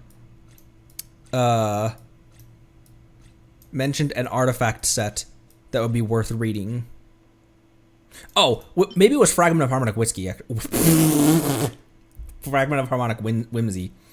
Nymph's Dream is Narzisenkreuz, which I believe we already read? Yes, some would be taken in by that. We did already read this one. Yeah, because this was the pocket watch and the feather that we got as actual items in the quest.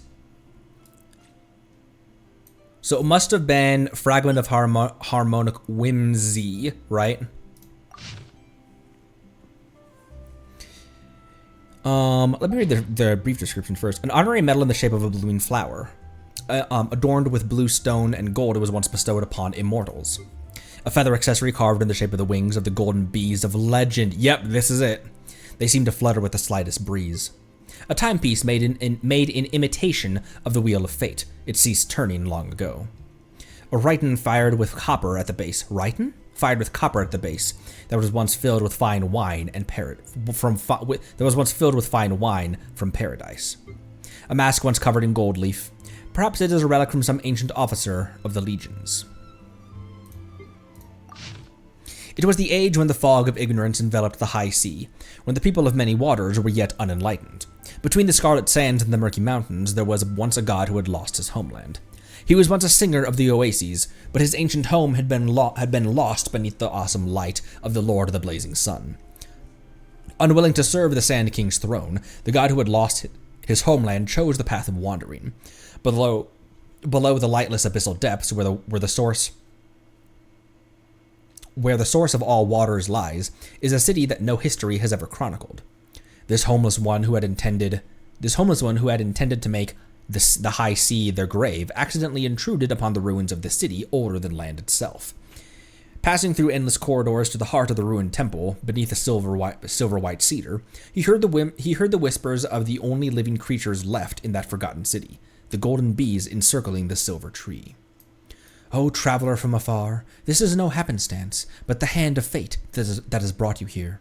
I was once the envoy that protected the silver tree, but over the long ages I have lost my mind and form. Yet my eyes can still behold the future. O traveler, you will once more have cities and subjects. The nation you build will flourish and prosper, and you shall one day rule the entire high sea. You will bring to them civilization and justice, but in the end, that very justice shall be their downfall. Should you still be willing to set out on that journey despite knowing its ending, I will show you the way up. O golden bees who speak prophecy, is there even room for choice in fate's decree? If I truly did have a chance to choose, then I would be able to change the unchangeable end of which you speak. As his words fell, the waterless hollow crumbled with a crash, the silver tree turning into a golden ship. This was the first encounter between the glorious king who would later play the symphony and the prophet Sibila. It was the age when the song of enlightenment spread throughout the high sea, when desolate islands and forests began to flourish. The Philharmonic god built a great tower in Meripes, gathering the scattered to build a new nation. The horns of abundance blessed the land with fertility, and an endless maritime parade connected the islands as one. It was an era that should have been blessed with peace, so why, then, is the principal singer's voice stained with sorrow? Just as he foretold, I have become a glorious king, bringing cultured civilization to the people. I have bestowed peace unto the ocean, and governed the land with justice, spreading order and progress to every corner of the earth. Yet the more prosperous my new glorious realm grew, the more mournful and perplexed I became. The prophesied glory will continue for a century, and then the seeds of destruction are taking root. O glorious king, I have said it before, oceans will rise, empires will fall, and change is the nature of things. Such is the law of Fortuna. Whether penurious or prosperous, we are enslaved by destiny. We ascend to the throne, we fall to the dust. The unfeeling wheel of fate turns, and no matter how mightily you might struggle, you cannot change the inevitable end. Just like a thrilling drama, no matter the twists and turns, the ending was written before the curtain closed. Why should this sadden us? Though fully aware that eternity was a foolish fantasy and immortality a blind delusion, the king of the peoples of the high sea could not abide the dark future foretold. When the fated time of judgment comes, the merciless waves will devour fleeting glory and happiness. Though I can see the future that will inevitably arrive, I lack the ancient, sacred wisdom to explore the cause that demands this destruction.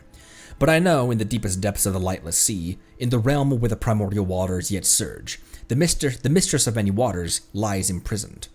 As the prophecy foretells that the endless waves will swallow your nation, perhaps she may have answers.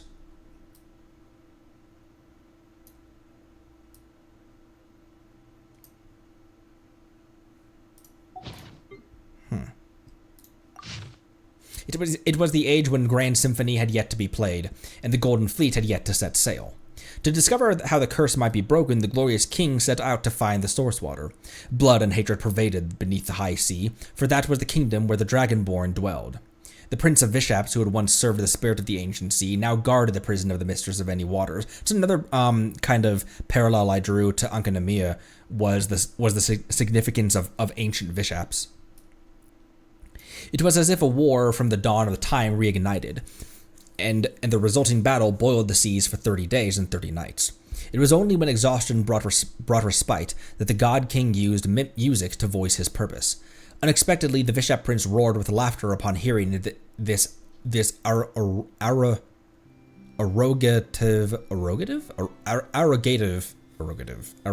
delusion. Usurper Lord of Mortals, you fear the senseless curse, and excoriate the chains of fate, but know not that my kind has suffered agony 100 times yet greater. We have lost our soul in sunlight, and we may now only exist in lightless abyssal depths. Usurper Lord of Mortals, surely you know that fate is the right of the high heavens, and cannot be changed even the slightest. To have this thought is tantamount to revolt against that authority. But if you truly wish to plot such folly, then I shall take you to see the mistress of many waters. And so, in the deepest depths of the waters, the abode of eternal night, from the merciless mistress of waters, the glorious ruler learned every terrifying secret, yet he found no answer leading to salvation. The mistress of waters had once committed an unforgivable sin, and the resulting curse was also irrevocable. In the end, this king, who still harbored ambition and hope, decided to take a cup of the purest water before leaving. If the waves shall devour my subjects, then I shall seal their souls in an ichor that is utterly insoluble in all waters. If time shall rot of my realm, then I shall forge imperishable bodies of bronze and stone for them. When the mighty sea breeze blows over the golden kingdom, will the wheel of fate turn with it? None know. I guess I can just switch like that, can't I? It was an age when the legion Athanatoi stood at the ready.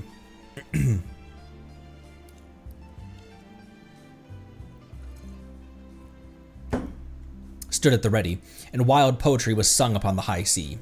The glorious king established the golden imperial capital, and stood astride the world as the Sebastos. Wheresoever his great ship sailed, all policies bowed to his supreme authority. Wheresoever the notes were sounded, the symphony of civilization supplanted savage songs. All this to bring about justice and salvation. All this the final delusion of the Sebastos, who could not bring himself to abandon the people. Your empire shall fall amidst the roaring waves, for what fate has decreed cannot be unchanged. The hidden threads yet bind them, pulling them like puppets towards a tortuously tragic end. But the prophet's fell proclamation left the Sebastos not in despair, but rather ignited in him wild fantasies. He locked himself in the depths of his imperial palace, searching for a flaw in the master Fortuna's musica mundana. After countless days and innumerable nights, through the chords of the world, Remus grasped the mysteries of Fortuna. He read every note of fate, and all he lacked was a pen with which to compose his own symphony. Thus did the Sebastos resolve to appeal to Sibylla, for she came from the land of the dead, and the torrents of fate once coursed through her veins. Despite the extremity of his demands, the selfless prophet responded to his wishes as she always did, without even the slightest hesitation. The harmonious symphony played from the throne would break the fetter's fate, and had shackled. The harmonious symphony played from the throne would break the fetter's fate, had shackled the people with, painting for them new paths and writing new melodies for them. Beneath the golden dome, pure and holy ichor spilled forth along auric aqueducts, and the tremors within the golden palace would spread to every corner of the empire. And in the wildest fantasies of the Sebastos, at the grand finale of the harmonious opera, he would hand fate's baton into humanity's own hands. When that day came, rich or poor, sage or savage, every free person would control their own destinies. Amidst the rising, raging waves, the blinded king rushed towards an unknown end, for in Sibylla's eyes there was already no future. It was the age where Domus Aurea of yesteryear had been reduced to rubble, and the glorious kingdom lay buried beneath the wild waves. We know the rest of the story. In the end, the day of judgment came as promised. The fervid wish to resist fate was annihilated by ambition and betrayal, and sunk along with all its glory. After the wrathful waves subsided, the grey steed rode the wind hither and took away the surviving life on land. When the new nation of many waters was formed amidst the cheers of songs of the barbarians of bygone days, the golden authority that had once shrouded the high sea had already faded into legend, surely a mark of fate's scorn. When the curtain falls upon a grand opera, the last vestiges of the old world on the stage will be washed away by time. For those who once yearned for immortality, even their names shall be erased. Who would believe such a thing? Once a great vessel with 40 rows of oars sailed abreast the blue waves of the dawn, spreading the gospel of civilization and progress along the ocean currents. Who would believe such a thing? A rebel god who once lost his paradise challenged the very authority of the high heavens, and countless mortals cast aside their bodies, and together with him plunged into his fantastical rhapsody. And after that, after all came to an end, what was left in the wake of that shattered fantasy? Or perhaps it was a dream, for after that, dreams unnumbered will yet be born of the ruins of fantasy. As the people say, the ocean where tears converge shall never dry, but shall rise to the sky and fall as rain once more. In the end, all dreams shall merge into one, bringing ultimate salvation to all the people of the world.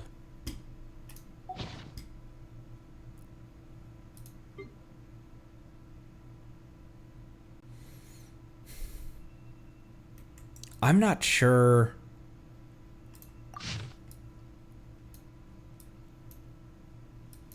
This might be one that I read off stream, that I reread off stream. It's often that I don't think I'm gleaning from that what I'm supposed to. Especially after, especially in the wake of a stream where I just had a lot of stuff already dumped on me.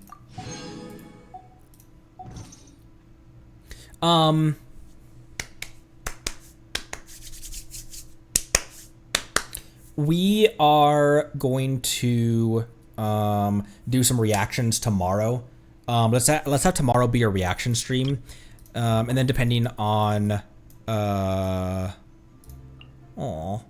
Mansoor Oz. Look how cute.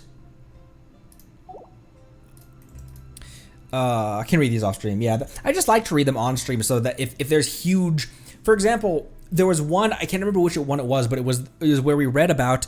It was part of the Narzisenkreuz stuff, where we read about Rheindaughter. It was like an R was referenced, and I was like, oh, Rheindaughter of the Hexenzirkel. So I like if there's potential for big reveals like that. I like to do that stuff on stream so you can see my genuine reaction and stuff.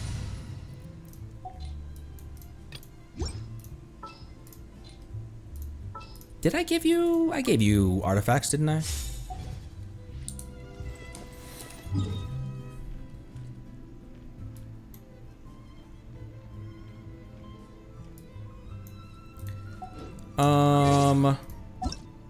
I was just really excited that we'd finished that already.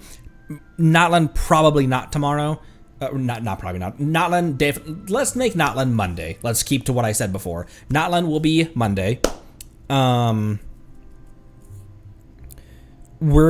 building up a list of reaction stuff. I will go back through the reaction recommendation stuff as well, the thread on the Discord. So make sure that anything that is relevant, post that there, and then post it with some like context of like maybe watch this one, like the ignition teaser for example. If you post that, obviously I know what the ignition teaser is, but if you post that, post it with the kind of like with a note saying this is the Notland teaser. Definitely watch this one after the Sumeru and Fontaine teasers. Excuse me.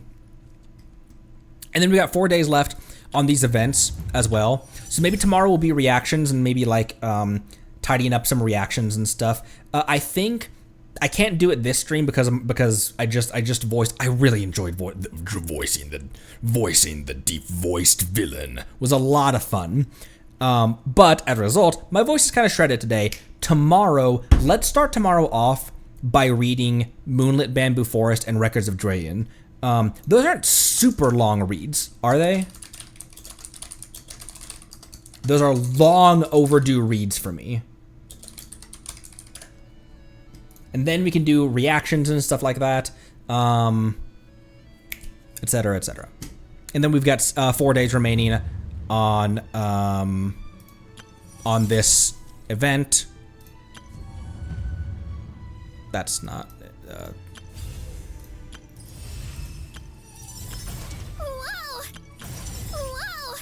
On this one.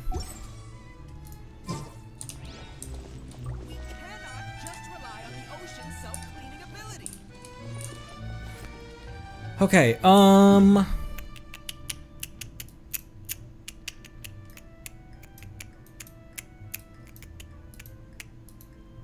I think that will probably do it for today. Maybe we end off with a battle or something.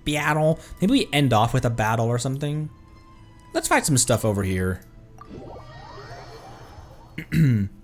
Oh, fan animation. Very good animation of Moonlit Bamboo Forest. I have that, don't I?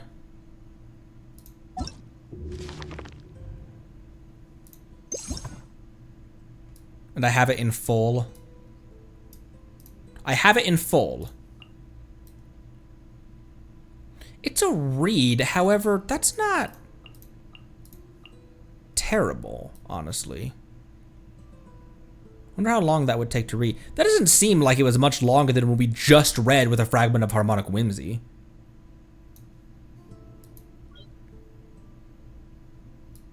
And then Records of Jueyin. Oh, I don't have all of them.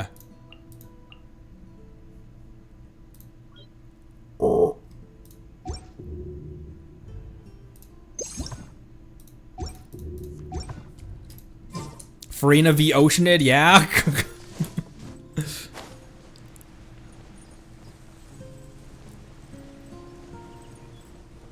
From the bookstore? Oh. How many volumes are there? Am I just missing numbers 2 and 4?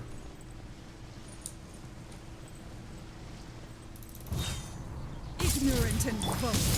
Did I scare you? Hi! Lightning, terrified! Drop your weapons! Fire hazard!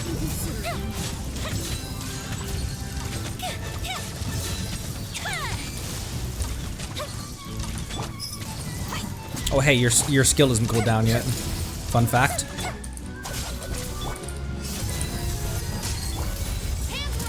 Still, let me try. Did I use her correctly?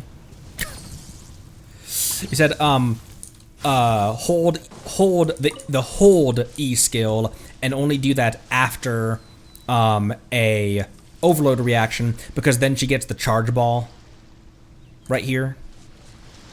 Stop right there.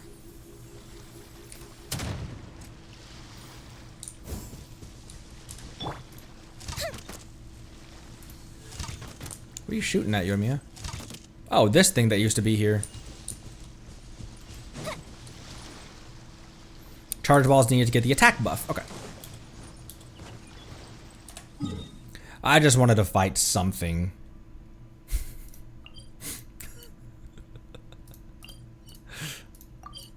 Okay. That will do. It has 6. Oh, right. I was going to go buy. Bye. That's Liyue Harbor. Foresight? But what about 5 sight? Have you considered second breakfast?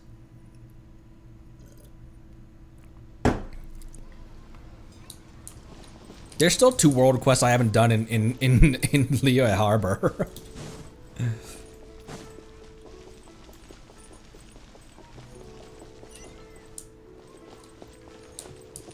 I can never remember which one it is.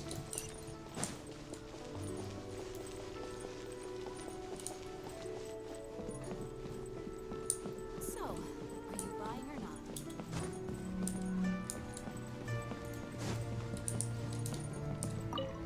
Not the...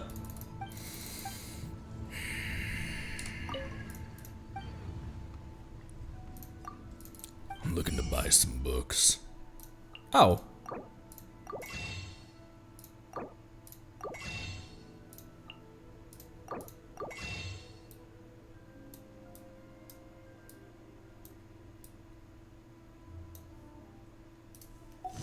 Now then. Books. Nice. This one's a bit chonkier.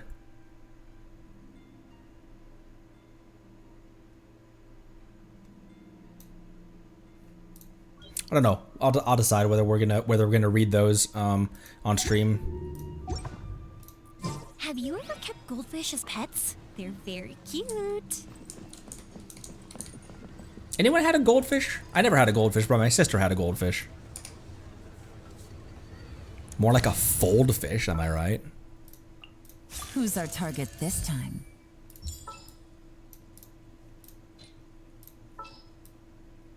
You know what, man? I should play Chevrish just because. Armed and ready.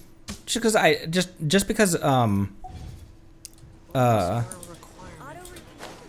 should put Chevrish on this team just because I like playing characters that I never play.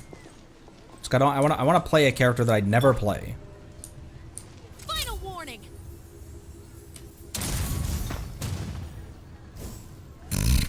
What the hell? All right, that'll do it for today. Big streams these days.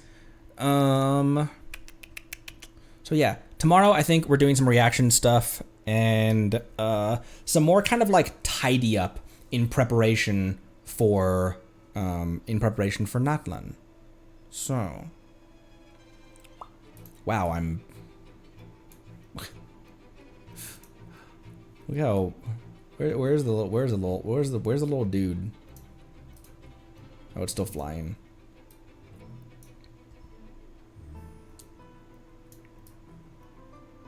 Feels so large. Feels so large. It's flying back. There it is. Guess I can put myself there. Anyways, thank you all so much for stopping by. Join the Discord. That's where you get updates on what we're doing next and when I'm streaming, etc., etc. Also, there is merch. I'm working on some new merch drops as well. And YouTube, Twitter, all that stuff there, as always. Thanks again. I'll see you tomorrow. I'm gonna go rest my voice and prep for tomorrow's stream, which is gonna be probably another big-ish one, doing reactions and stuff like that. But prepping for Natlan on Monday. Thanks a lot. Love you lots. Drink water. Be good to each other. And I'll see you next time. Bye-bye.